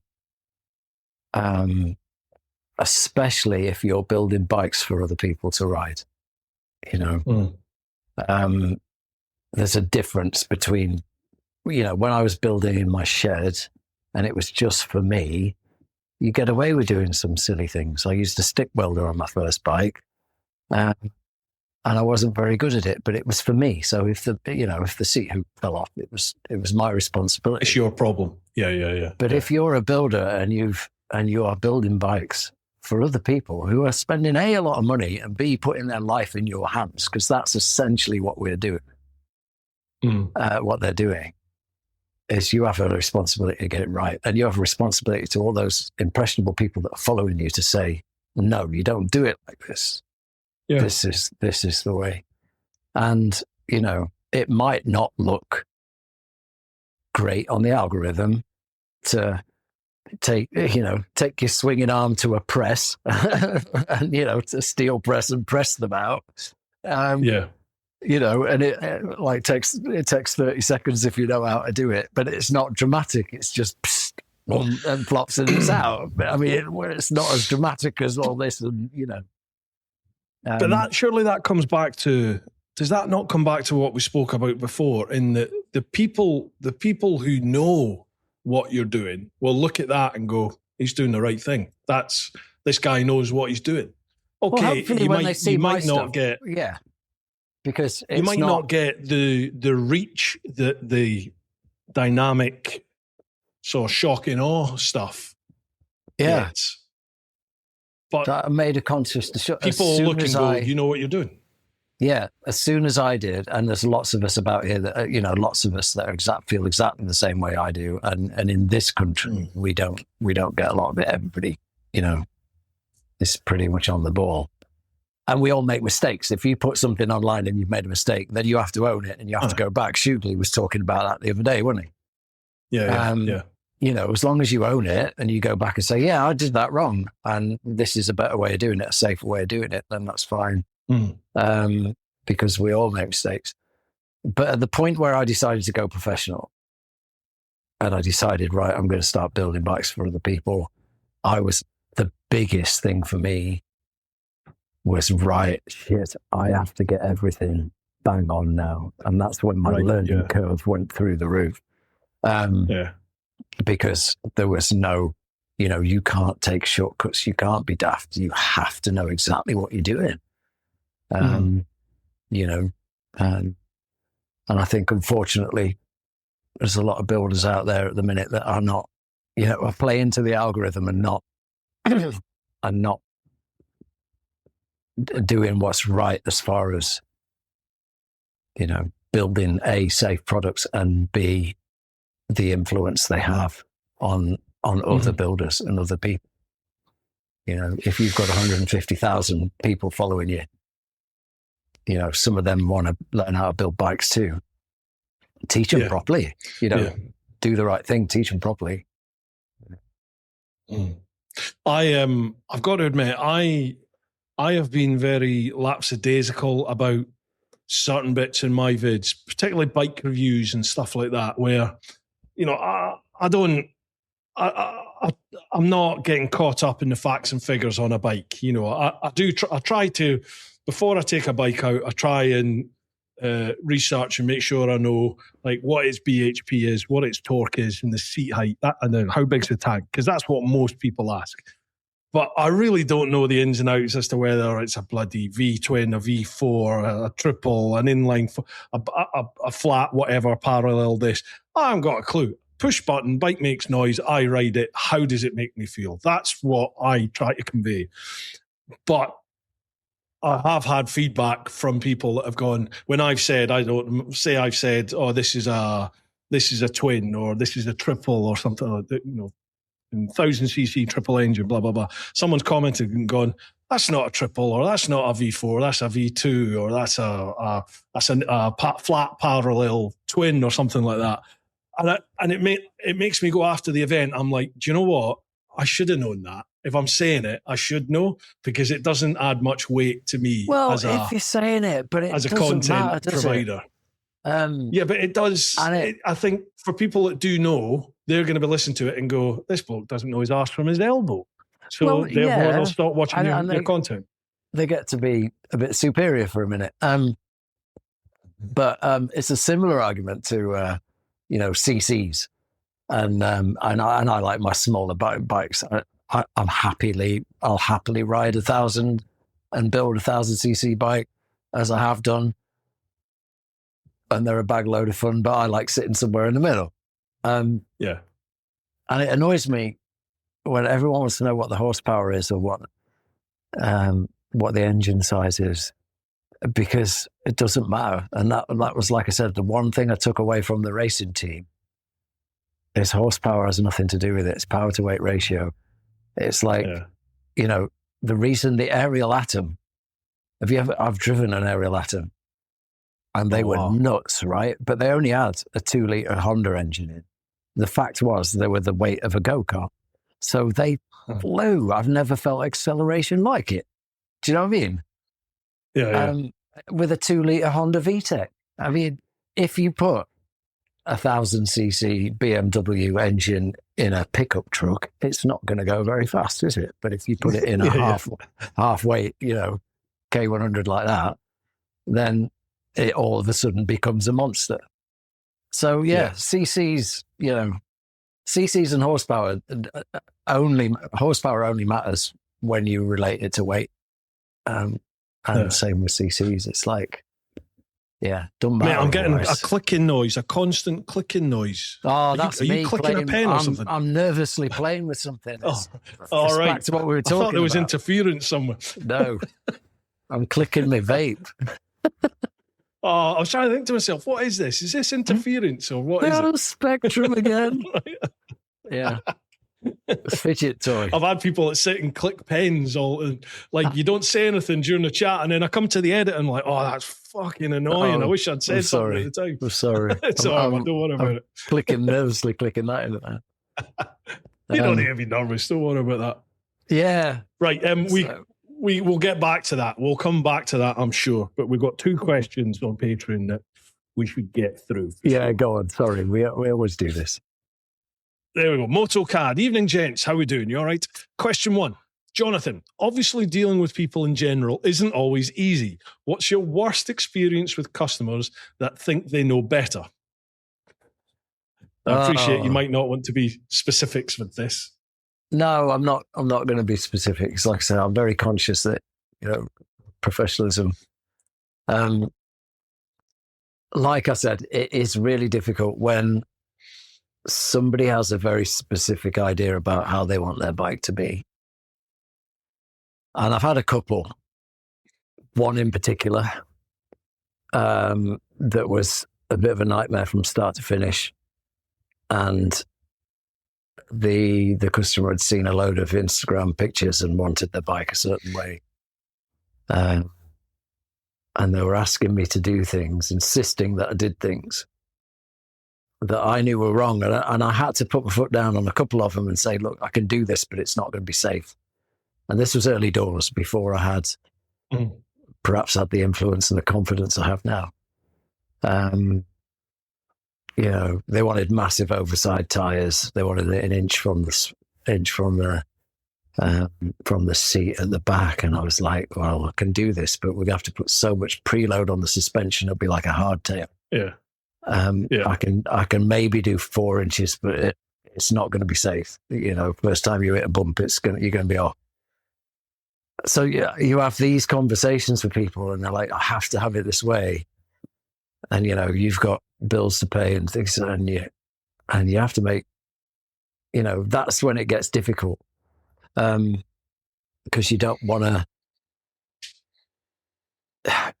disappoint the client, but you also know that you're not going to put a bike out that isn't safe, or you're not going to put a bike out that you're not happy with. So you have to very sort of carefully talk them down. I've always given the customer choices of color and leatherwork and stuff like that. But otherwise, I'm quite strict on what I'll do and what I won't. And I'll say now, no, I'm not doing that. The other thing is, and this has cost me a lot of money in the past, and I've turned a lot of people away because they want me to. They say, I've got a this, I've got a that. Can you customize my bike? And I know there's other builders out there that will do that. I always insist on buying my own donor bike, sourcing and buying the donor bike, and it's incorporated in the price. So all the prices of my bikes include the donor bike, and I know I'm getting a good one. Otherwise, I can't guarantee my work. You can't. I made one exception. I've got one in at the moment that was a customer's donor bike, and it's 1978. It's only done 14,000 miles, and it's beautiful. It's a CB 754 flat 4, and single overhead cam, and it's a stunning bike. The frame for 50-year-olds is perfect. It's not an inch of rust on it. The engine had a compression problem. I've done a top end rebuild on it anyway because it had been sat for 2 decades doing nothing. So it needed a rebuild, top end rebuild. But yeah, so very rarely I'll make an exception on that, depending on what the story is. But usually it's a flat no. But yes, in answer to the question, I've had some very tricky customers. I've also had some incredible ones, as I've spoken about. The ones that say, here's the money, build me a bike. Yeah, yeah. I want a Jonathan Hull bike, build me one. And I'm like, that's the best. And that's what Northman's about for me. Yeah. Gotcha. That's why the change, to get away from that, client-led building. So are you still doing the Jonathan Hull side of things, or is it all Northman now? Yes. At the minute, the focus is Northman, but like I said, I've got a CB750 that I'm thinking of bringing into the Northman name, and we're about to bring. I think we need to offer a full range of CC bikes in the Northman badge. But I will still be doing bespoke projects when I can fit them in, but hopefully, being able to phase that out and just go for Northman. I don't, but it depends. I don't put a Northman badge on something unless I'm 100% happy with it. No, mate, bro, it has to stand for something, right? Apart from anything, it's a £700 badge. So it has to mean something. It has to be putting that badge on the bike means this is absolutely my best work, right? That's your entire brand. That's your brand, your identity, isn't it? That's everything you stand for. Yeah. Good on you. Stick by it. Thank you for the question. Second question. A great one. Second question from MotoCAD. What's the weirdest thing you've searched for on the internet? I don't think I can tell you that. Well, if I tell you mine, because I had a wee think about this. If I tell you mine, the other day, and my wife told me off. My wife told me off because I said this out loud, and my kids were in the room. We're all into Star Wars, crazy into Star Wars, and we were trying to figure out the name of this particular Jedi in Clone Wars. We'd seen him about, but we don't. And my little boy went, he's called Fisto. He's called Fisto Kit. And I was like, okay. And I Googled it. So I Googled Fisto. And I said out loud, because I don't know what's going to come up when I'm Googling Fisto Kit. My wife went, look away, son. Look away. It turns out he's called Kit Fisto, but that's a genuine Jedi Star Wars character. But yeah. So someone had a sense of humour, didn't they? That was the weirdest recent. Yeah. I mean, what might have popped up? Yeah. I had suspected pancreatitis, right? Which was bless you, agony, and I got admitted into hospital for like 4 days, I think, over COVID. So obviously they were piling me full of painkillers, morphine, and all that sort of stuff. And when they sent me home, and I came off all the pain meds, a side effect of high dosage pain medication is you don't go to the toilet for number twos for quite a while. So things had backed up somewhat. And yes. And there was the day when this had to come out. It had to come out. But I wasn't aware. This is disgusting, but I've spoke about it before on a podcast when I was pretty pissed on whiskey. So people have heard it who listen to it regularly. There's a thing called compacted shit, right? Where it all backs up and you create like a concrete manhole to your bumhole, so nothing's coming out now. Right, okay. Now this had happened with this medication. It's a side effect of it. And I mean, it was probably more painful than the pancreatitis, to be honest with you. It was just like, I'm going to burst here. Like, this is coming out one way or another. It's either coming out where it's supposed to, or it's going to figure out a way, and it's going to come through the weakest option. And I was home alone. My wife had gone to work. And I remember, like, it was too painful to sit on the toilet. It was too painful to stand. I was sort of like in no man's land and just like, what do I do? What do I do? What do I do? And I had to Google how do you get your own poo out? With pain meds, basically. Just Google that, and basically there's one option, and that is to what's the word? I'm sure you can figure it out. It involves work it out with a pencil. There's a involves joke there. basically that. Yeah, you've got to figure this out. You've got to work. You've got to either get in a bath full of hot water. We don't have a bath, so it was like, right, okay. So yeah, you just have to. Yeah, that was Man quite a alive, moment. Bruce. Yeah, that was quite Well, a that's moment. something to Thinking, Google. I mean, this would ever happen in my life. Have you ever looked back through your Chat GTP chats? I've seen all the titles because mine's like all over the place. You'd have thought, yeah, it's all about bike building. How it's not. Well, who's the Jedi character in this? Yeah, what year did? Yeah, I'm lucky. My sort of I'm using Gemini a lot now. I used to use Chat GPT, but I've moved across to Gemini because that can actually look into your YouTube account because it's Google. So it has access to your YouTube analytics and stuff.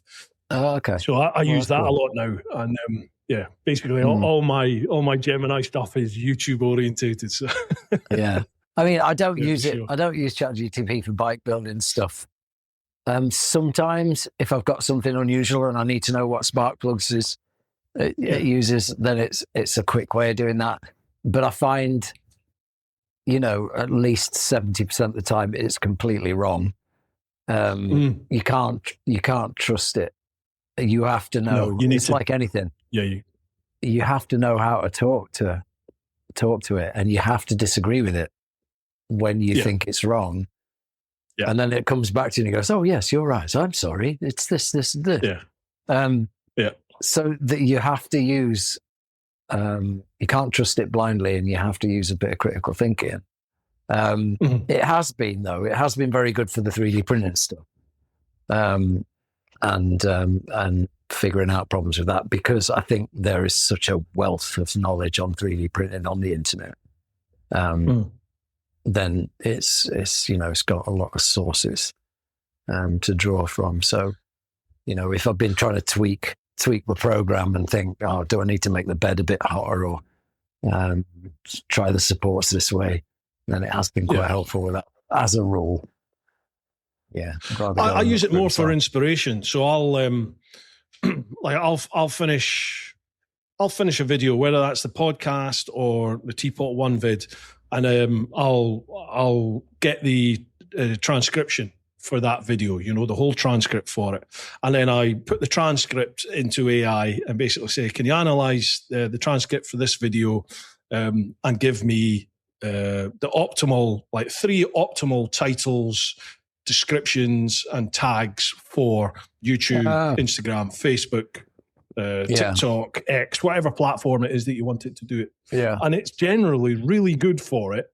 It does come out with some utter pish sometimes. It'll come out with titles that are like 9 paragraphs long, and you have to say to it, this has to be as short as possible. Can you revamp that and make it as short and concise?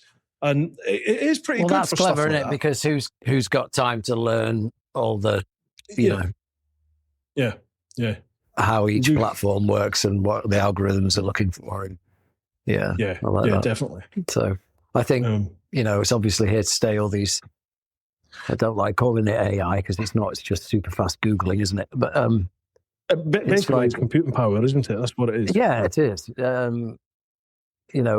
I think if I was still teaching, I'd be very much advising we still need to teach kids how to critically think. I think that's the biggest problem with the world at the minute is the 100%. The demise of critical thinking and people just blindly trusting what they see and read. Yeah. You have to question it. You have to make it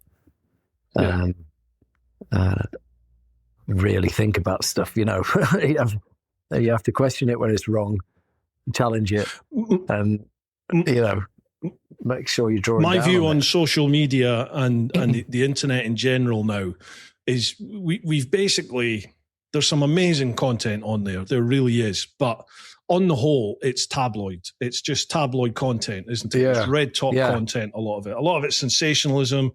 I think initially social media was fantastic because it gave the normal person the platform to have a voice, which was brilliant. It was really refreshing compared to big media that we always used to see, and everyone knows they're full of shit as it is.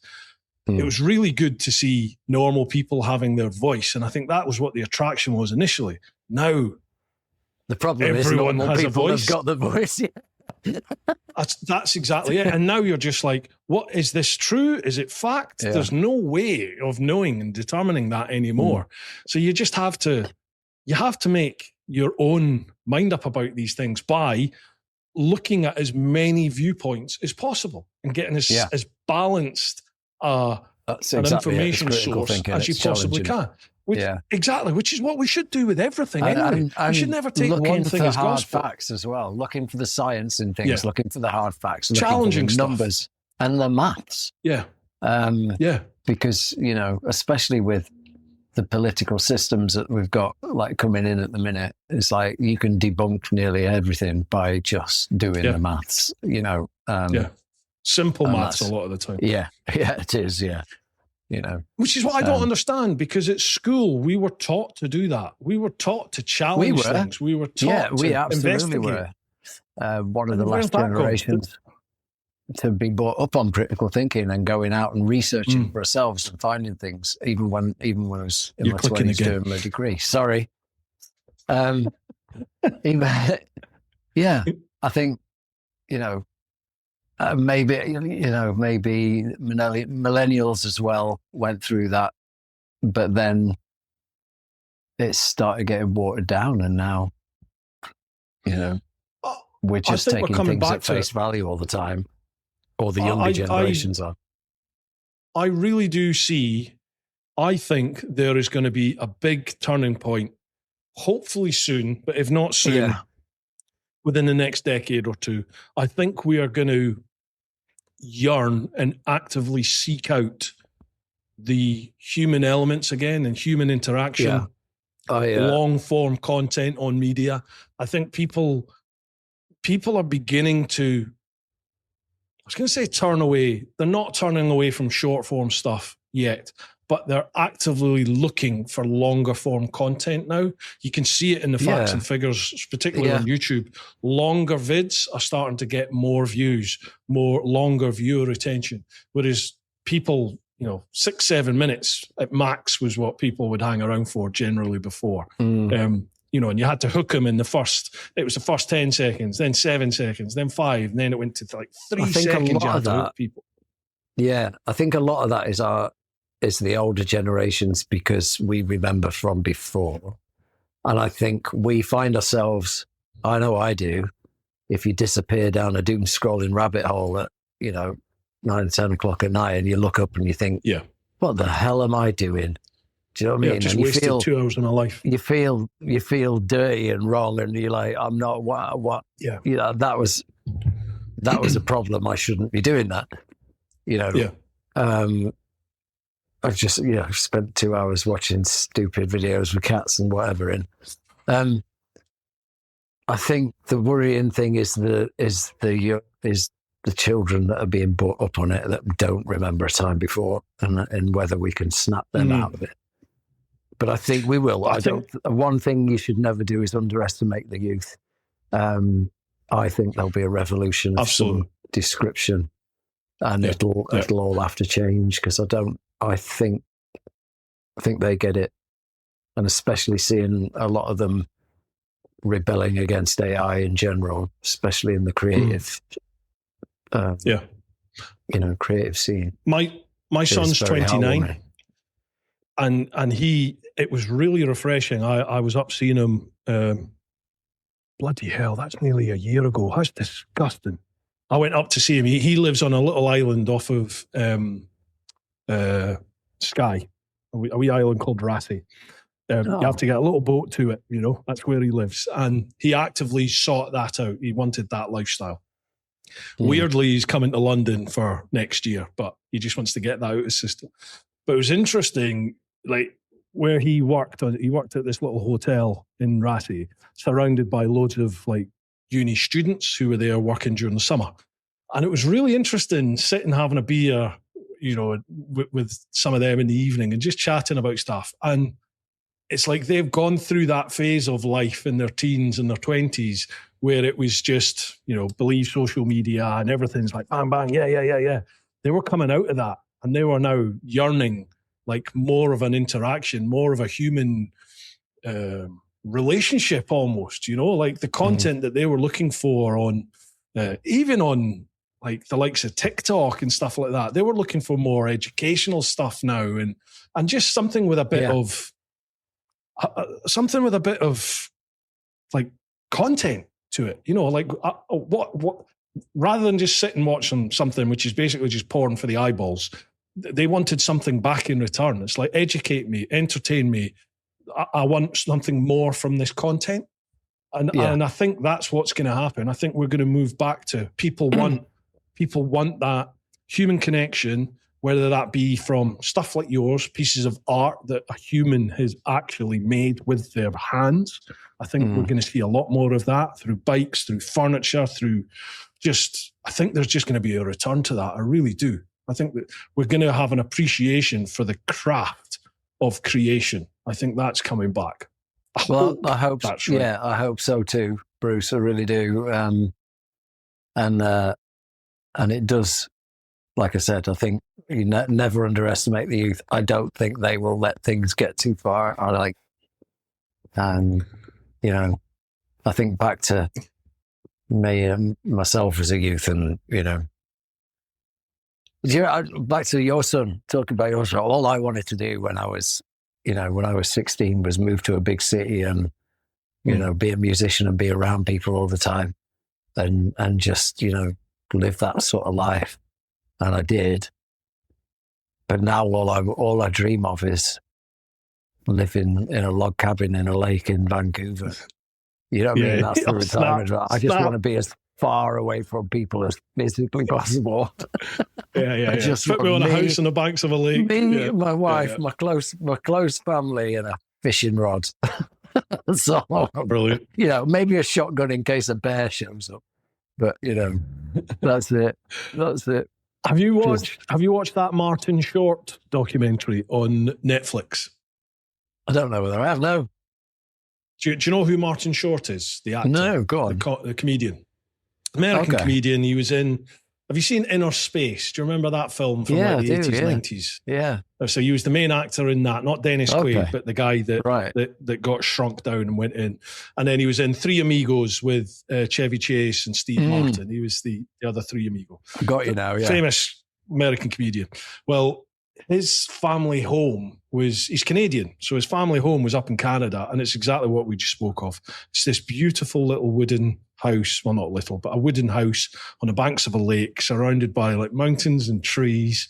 You just look at it and go, that is idyllic. That is perfect. Yeah. Yes, please. That's what I want.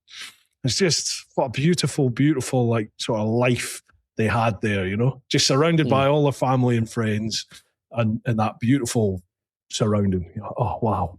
That's winning in life, that is. Happy days.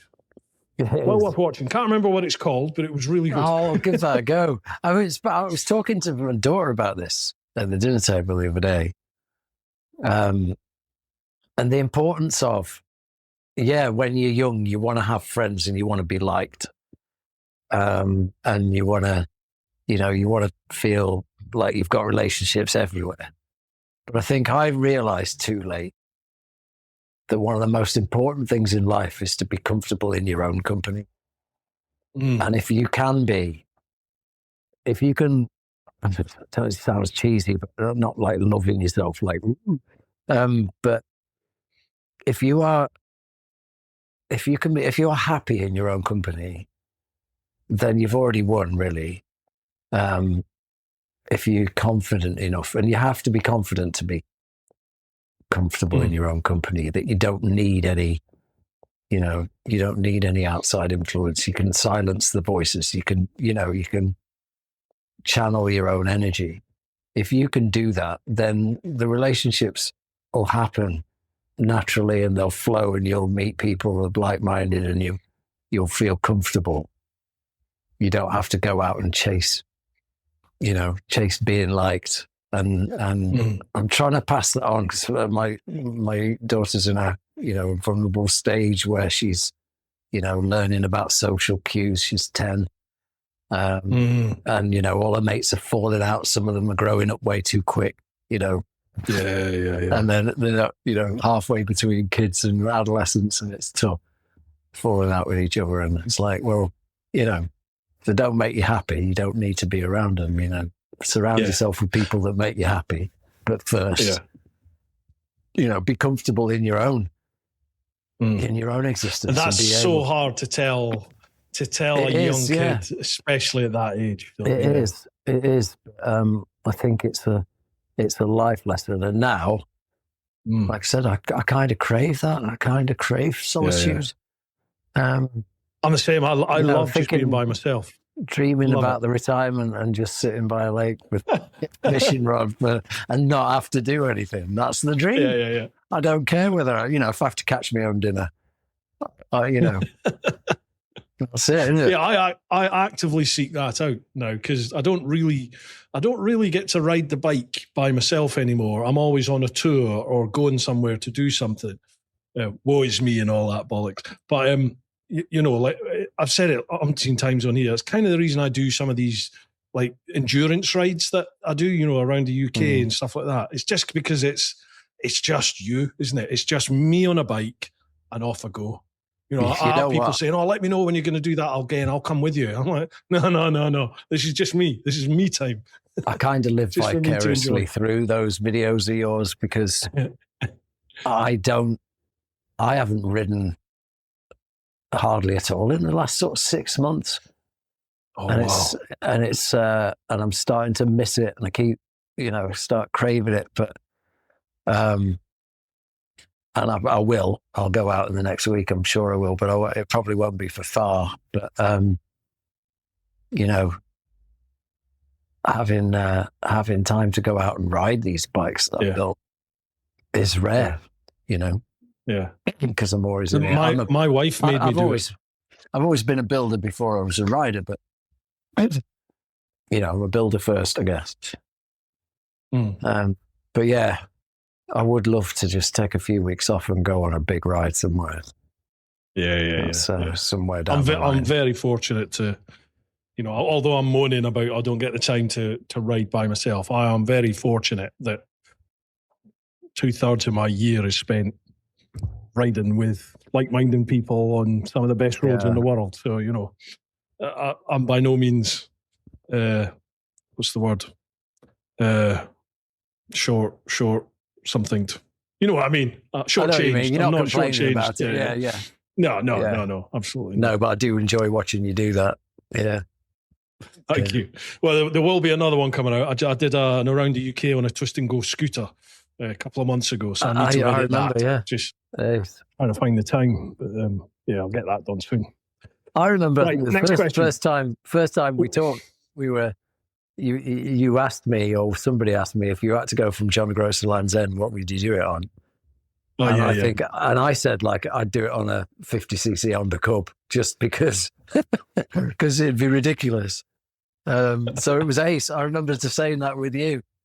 So it was nice to see you doing all the way around Britain on a little twist and go. That's ace. I love it. I love the wee CC bikes, the 125s and stuff like that. I love them. Great fun. I've got another project in mind, which I can't talk too much about, but I have another project in mind that if it comes off, that's going to be a challenge. So we'll see. We'll see what happens with that. What about the Dakar Rally on a CG 125? Dakar Rally route. Feel free. On you go. You do that. That'd be brilliant. There's so many in Africa. You have to buy one in Africa. Yeah, you have to buy your bike in Africa and then do this. Do the original Paris Dakar. Yeah, the original Paris Dakar on a CG 125. Yeah. Well, you do that. Document it. And let us know how you get on. Yeah. Nice. Go on. Sorry. Right. Next question. This is the last one we've got here. This one is from Andy. Evening, gents. Hope this finds you well. A couple of questions, if I may. Jonathan, how do you find working with your child? I know personally it can be a whole range of emotions in a single day. Oh, bless you. Right. So Jonathan Holland's son. Now that doesn't actually mean my son works for me, I'm afraid. Yeah. So it was a bit of foresight, wasn't it? Well, no, not really. It was down to my dad, right? Hull & Son goes back to the early 1800s. And there was a bakery in Whitwick in Leicester called Hull & Son. And it's been a family-run business since, like I said, the early 1800s. I've got photographs of my great ancestors. I've got photographs of the old horse and cart in the I think it's an 1860 on the side, and it's the Hull & Son, and then the son at the time holding the reins to the horse in the full bakery gear. Yeah. I've got photographs of the van. The first time they bought a Ford van in the 1920s, and all of the team all looking like Peaky Blinders in front of this beautiful 1920s thing, again with Hull & Son across the side. So when I was, and the building is still there down in Whitwick, the big old bakery building is still there. So when I set up the business, it was like a conversation with my dad, like, let's keep it alive. And my grandfather was a fan of motorbikes. I've got I think you've probably seen me post it, a beautiful picture of just before he went to war in second, of him sat on a lovely old motorcycle that I have not been able to identify, which is one of the plans I want to do. I've asked so many people if they can identify this bike. I might pop it up again to show people. Chuck it in AI. And when he came back, when he came back from the war, I've got some brilliant photographs of him and his mates on bikes. So it was like conversation with my dad.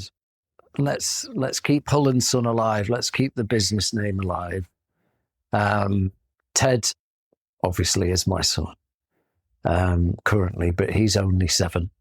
And my daughter is 10. My daughter's crazy into bikes. She's got her own, as you've seen. She loves riding. So they might, I'm not going to force them down any route, but they might come on board at the minute. Yeah, we're called Hull & Son, but my son doesn't work for me. I don't know whether that's bad, but hopefully now you've heard the reason for it. It was exactly. It's a really important bit of family legacy that we wanted to keep alive. Yeah, absolutely. And the font that we use, so the logo here, this font is the same font that they used on the VAT and on the horse and cart in the 1850s. Nice. So when I went to India, Alessandra, who designed my logo for me, I sent her all the photographs, and she came up with that design based on the original font of the Hull & Son. So have you got those pictures there in your, I haven't got. No, I've not got them available to show you. I'll post them in the next few days, and you can cool. And you can have a look. Nice. But, they are. I'm very lucky to have them. I'm very lucky to have a family history that goes so far back on my dad's side. No, that's cool, man. And I'm very passionate about keeping that alive, and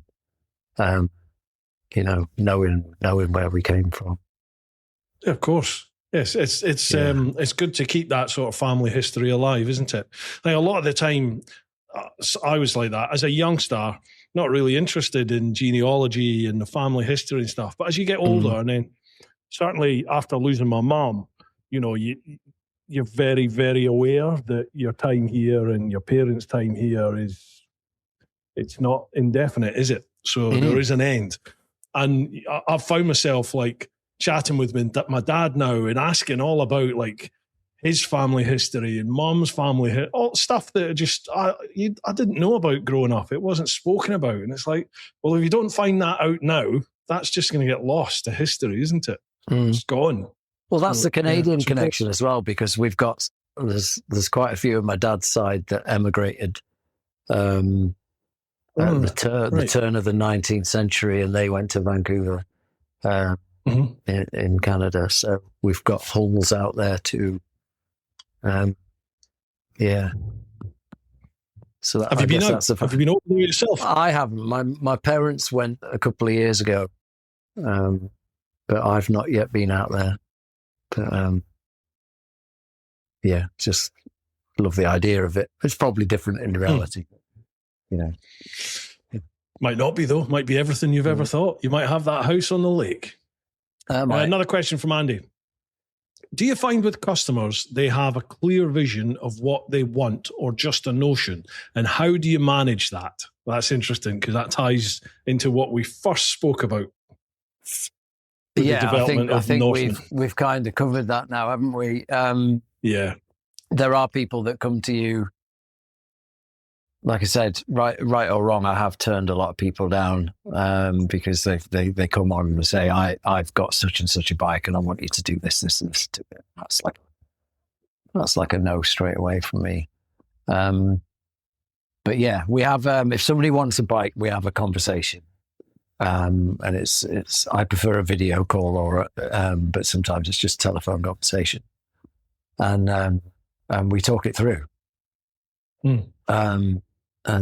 So right, we'll start with what sort of CC, what donor bike are we looking for, what style, because I know that if you want a cafe racer, if you want a classic cafe racer, then you better start in with a Honda frame, because they're all nicely parallel and it all sits right, you know.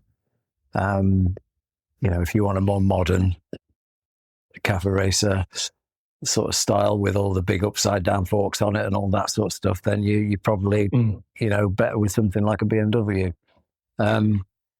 So you have a conversation and it develops, and then you come to like okay, let's do this, and then you take it away and you price it up and you think, okay, if you want, how far do you want to go? Because that's the thing.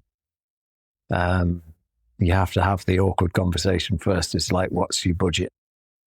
And then that dictates what you can have. Because if you haven't got 25 grand in your pocket, you don't get one of those, Because you're looking at, you got the donor bike and you've got 5 grand in the S1000RR front end. So yeah, and then another couple of thousand for the motor gadget and all the electrical system. It doesn't go far. So difficult conversations. If somebody wants one of them, but they've only got 10 grand, it's not going to happen, not even close. So, you just have to talk it through. And managing expectations, I guess. But at the same time, you want to make sure that they're getting the best bike they can possibly get. Of course, yeah, because the end result is also an advert for you as well, isn't it? So yeah. So if you're doing, you have to create the best that you possibly can within those. If you're doing it on a budget, then you might suggest, right, we do a classic resto mod, because then it's donor bike and it's labour. But then you have to be very careful that if you're restoring a 50-year-old bike to brand new and modding it, but you're not using any fancy, expensive parts. You're just doing it on stock and fabrication. Then you've got to be careful that you're not ending up working for free. You've got to be very, very clear about, right, okay, so we're not putting 5 grand front end on it, but we do have to rebuild, restore, modify, and it's labor. So you've got to be very clear about what you cost and what you're worth to do that. So yeah, it's how long is a piece of string is the answer to that one, really. But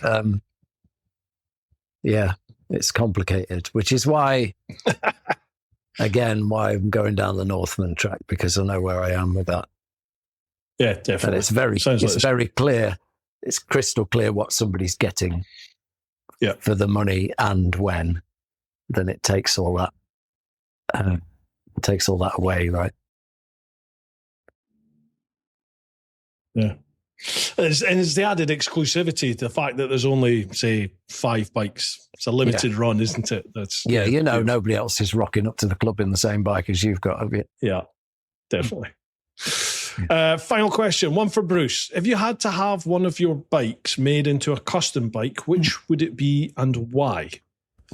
Well, there's no way I'm having anything done to the jigsaw. That's staying as is. That's never getting, not even going to wash that bike. It's as it is.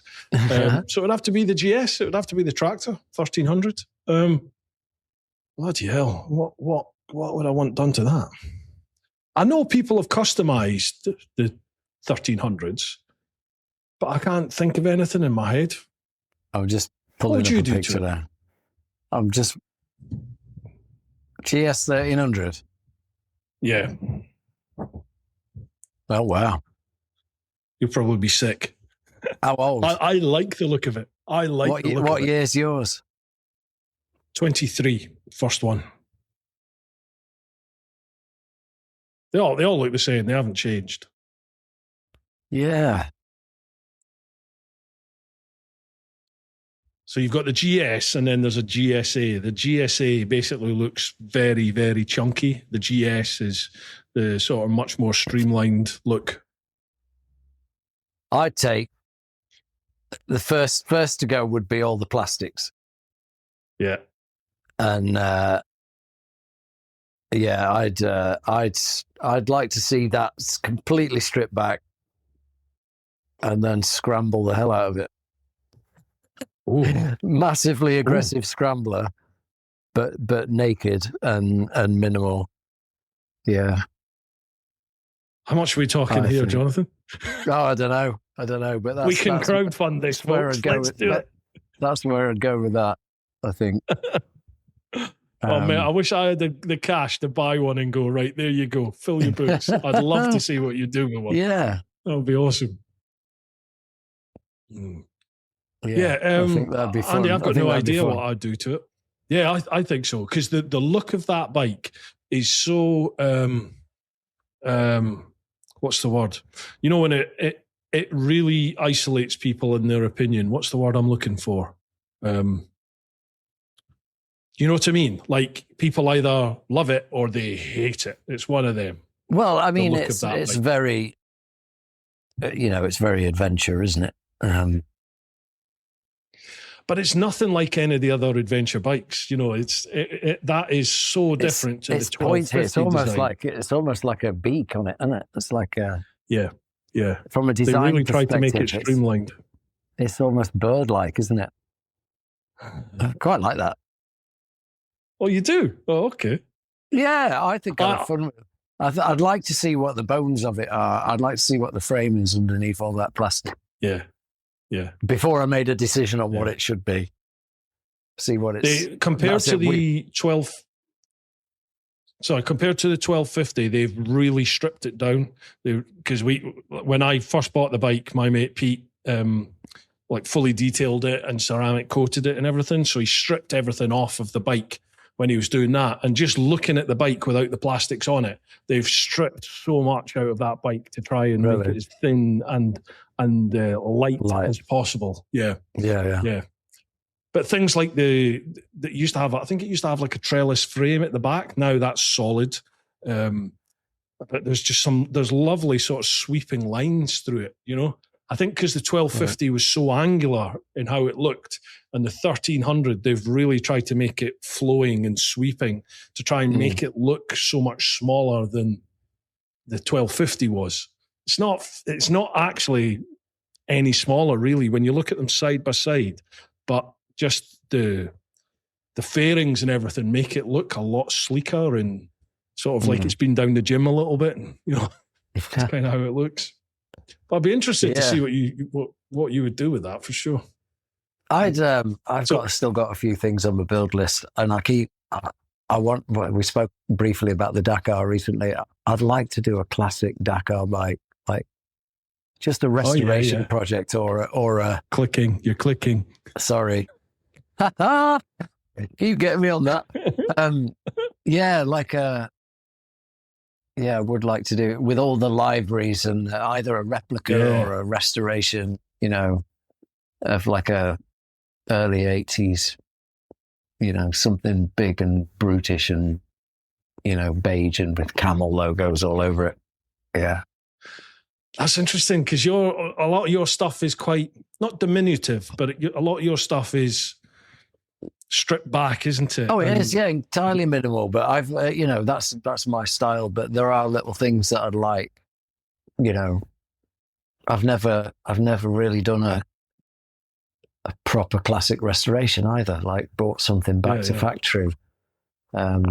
You know, I'm obviously restoring bikes all the time to almost a brand new, but they always look different when they came out.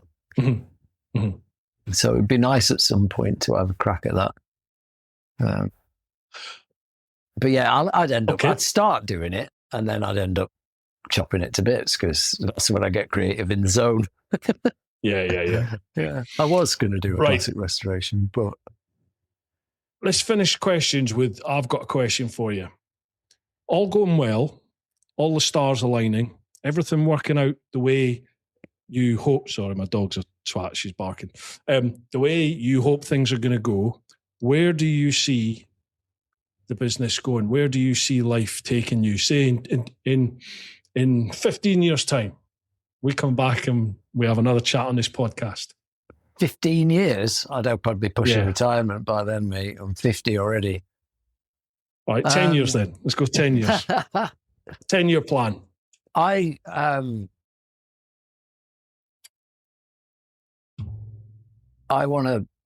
really want to see the Northman thing take off. I really want to just build. I want to get back to building luxury, beautiful motorcycles the way I want to build them, and putting them in the hands of people that appreciate them. I'd like to leave with a legacy. I'd like to leave with people knowing, you know, that's a Jonathan Hall bike. I've got a Northman in my garage, you know. That's don't know. Does that sound? Mate, perfect. A brand and a legacy that your daughter takes on. I'd like to leave. Yeah, I'd like to leave something behind, even if that is just, you know, a few people loving the bikes that I've built for them, and you know, and being proud of it, being proud to own one. I think a lot of us we want to leave a mark, don't we? Not everybody, but I think there's certain type of people. The more important that is, right? Yeah, you want to feel like you've made an impression in life. Yeah. I mean, I've got like 25 bikes on the road over the last few years, probably more like 30. And that's nice. That's nice to know that there's, you know, all these bikes on the road that I've built. But I'd like to leave behind, you know, a legacy of, you know, that Jonathan will know how to build a bike. I've got one of his first edition Northmans in the garage. That'd be nice. You know. Well, mate, hopefully 10 years' time we'll have this conversation. Yeah, lovely. I'll still be making shitty videos. You'll have an empire. No. Go on then, what about you? Same question. Cool. I mean, I genuinely love and enjoy what I do. So I can't ever see me, other than the finances not lining up and me not being able to pay bills anymore, in which case I'll be forced to do something else. But as long as I'm able to cover my bills and have the life that you know my wife and I are comfortable with at the moment, as long as I'm still enjoying it, I hope I'm doing this because I'm living my dream at the moment. You know, I love riding bikes. I love riding great roads, visiting places, going to new places. I love introducing people to new places and new roads and new people. I love seeing people make mates, you know, through bikes effectively. And I enjoy documenting that and making vids. and that's everything I'm doing at the moment. So, yeah, I would like to earn some more money for sure. It's not all about money, but I'm sort of, I'm getting by, but I would like to be in a position where I'm earning some money that I can set aside and have a little bit of security. I miss the security. Yeah, we've spoken about that. Yeah, but I so think I would like to turn this more into a business, which it's not really. I mean, it is, but I would like to. There's lots of things like I don't do merch anymore, so I need to sort that out. And there's lots of income streams that I could figure out ways of doing, but I don't. And I need to take a more professional, I think, business mind towards things than I maybe do at the moment. It's having the time as well, isn't it? It is. Yeah, it is. So when you're one person or just two people, it's really difficult. It's really difficult to put all those different hats on all the time. Yeah. But you just reminded me that a lot of what we both do will be kind of immortal anyway because of the way we present ourselves online and the videos we make. And, when we're not here, the content will still be up there, As long as they've got power. Yeah, as long as we're, as long as Armageddon doesn't hit. Exactly. Yeah, that's another thing I need to do is build my apocalypse bike just in case. Oh, mate, yeah. I'll be putting an order in for one of them. everyone that's a bike builder has a responsibility to have an apocalypse bike ready. I think, yeah. What would your apocalypse bike be? God, do you know? As I said it, I thought I've got it. It's the tractor, like a modern adventure bike, does everything. It's the limiting factor is me because I can ride it on the road, but once I take that on the loose stuff, I don't particularly know what I'm doing and I'm not overly comfortable. So that's the limiting factor for me. But chuck some guns on it. I can shoot a gun, I can fire a gun, I can look after a gun, I can do all that. So chuck some weapons on it. Got me apocalypse. I don't think I'd want anything too big for an apocalypse bike. You got to be able to get away from the zombies, right? You got to be up quick. Yeah, that's it. So I reckon, I don't know, some at mid-range. Don't know. But what if they're traditional zombies? Pardon? They're just like they're not Walking Dead. Sprinting 28 days later after you. That's the problem. It depends on what category of zombies you have. Yeah, if you're on a 28 days later, you need something that's going to accelerate quick, don't you? Oh yeah, just be able on to the maneuver. roads and off you go. Yeah, that's another business avenue for it. Apocalypse bikes. Apocalypse bikes. Yeah. I have to move to the States then, though, so we can put Gatling guns on the side of it. They would love that. They would eat it up. Yeah. Cool, dude. Right, that's all our questions. We are almost 2.5 hours, man. Is there anything we've not it's always chatted the same, about isn't it? that you would like to? Yeah. I would. Crazy. We always end up doing this.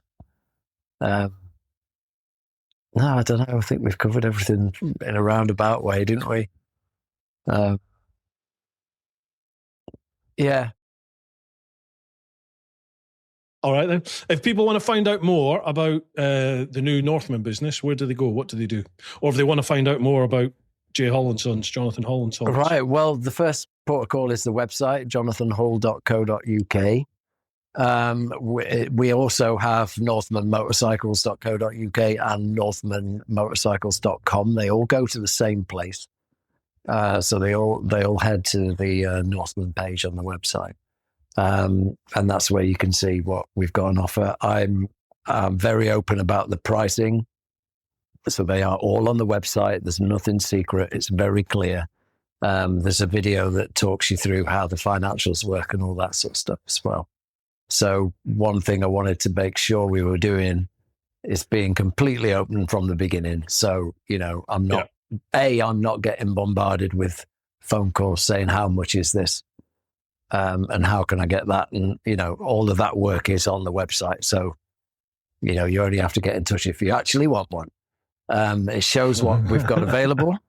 So it shows what's sold, what build slots are available, all that sort of stuff. So It should give you all the information. If it doesn't and you still have questions, then you can fill out the contact form on there or send me an email at inquiries@jonathanhull.co.uk, or you can find me on Instagram at jhullmoto.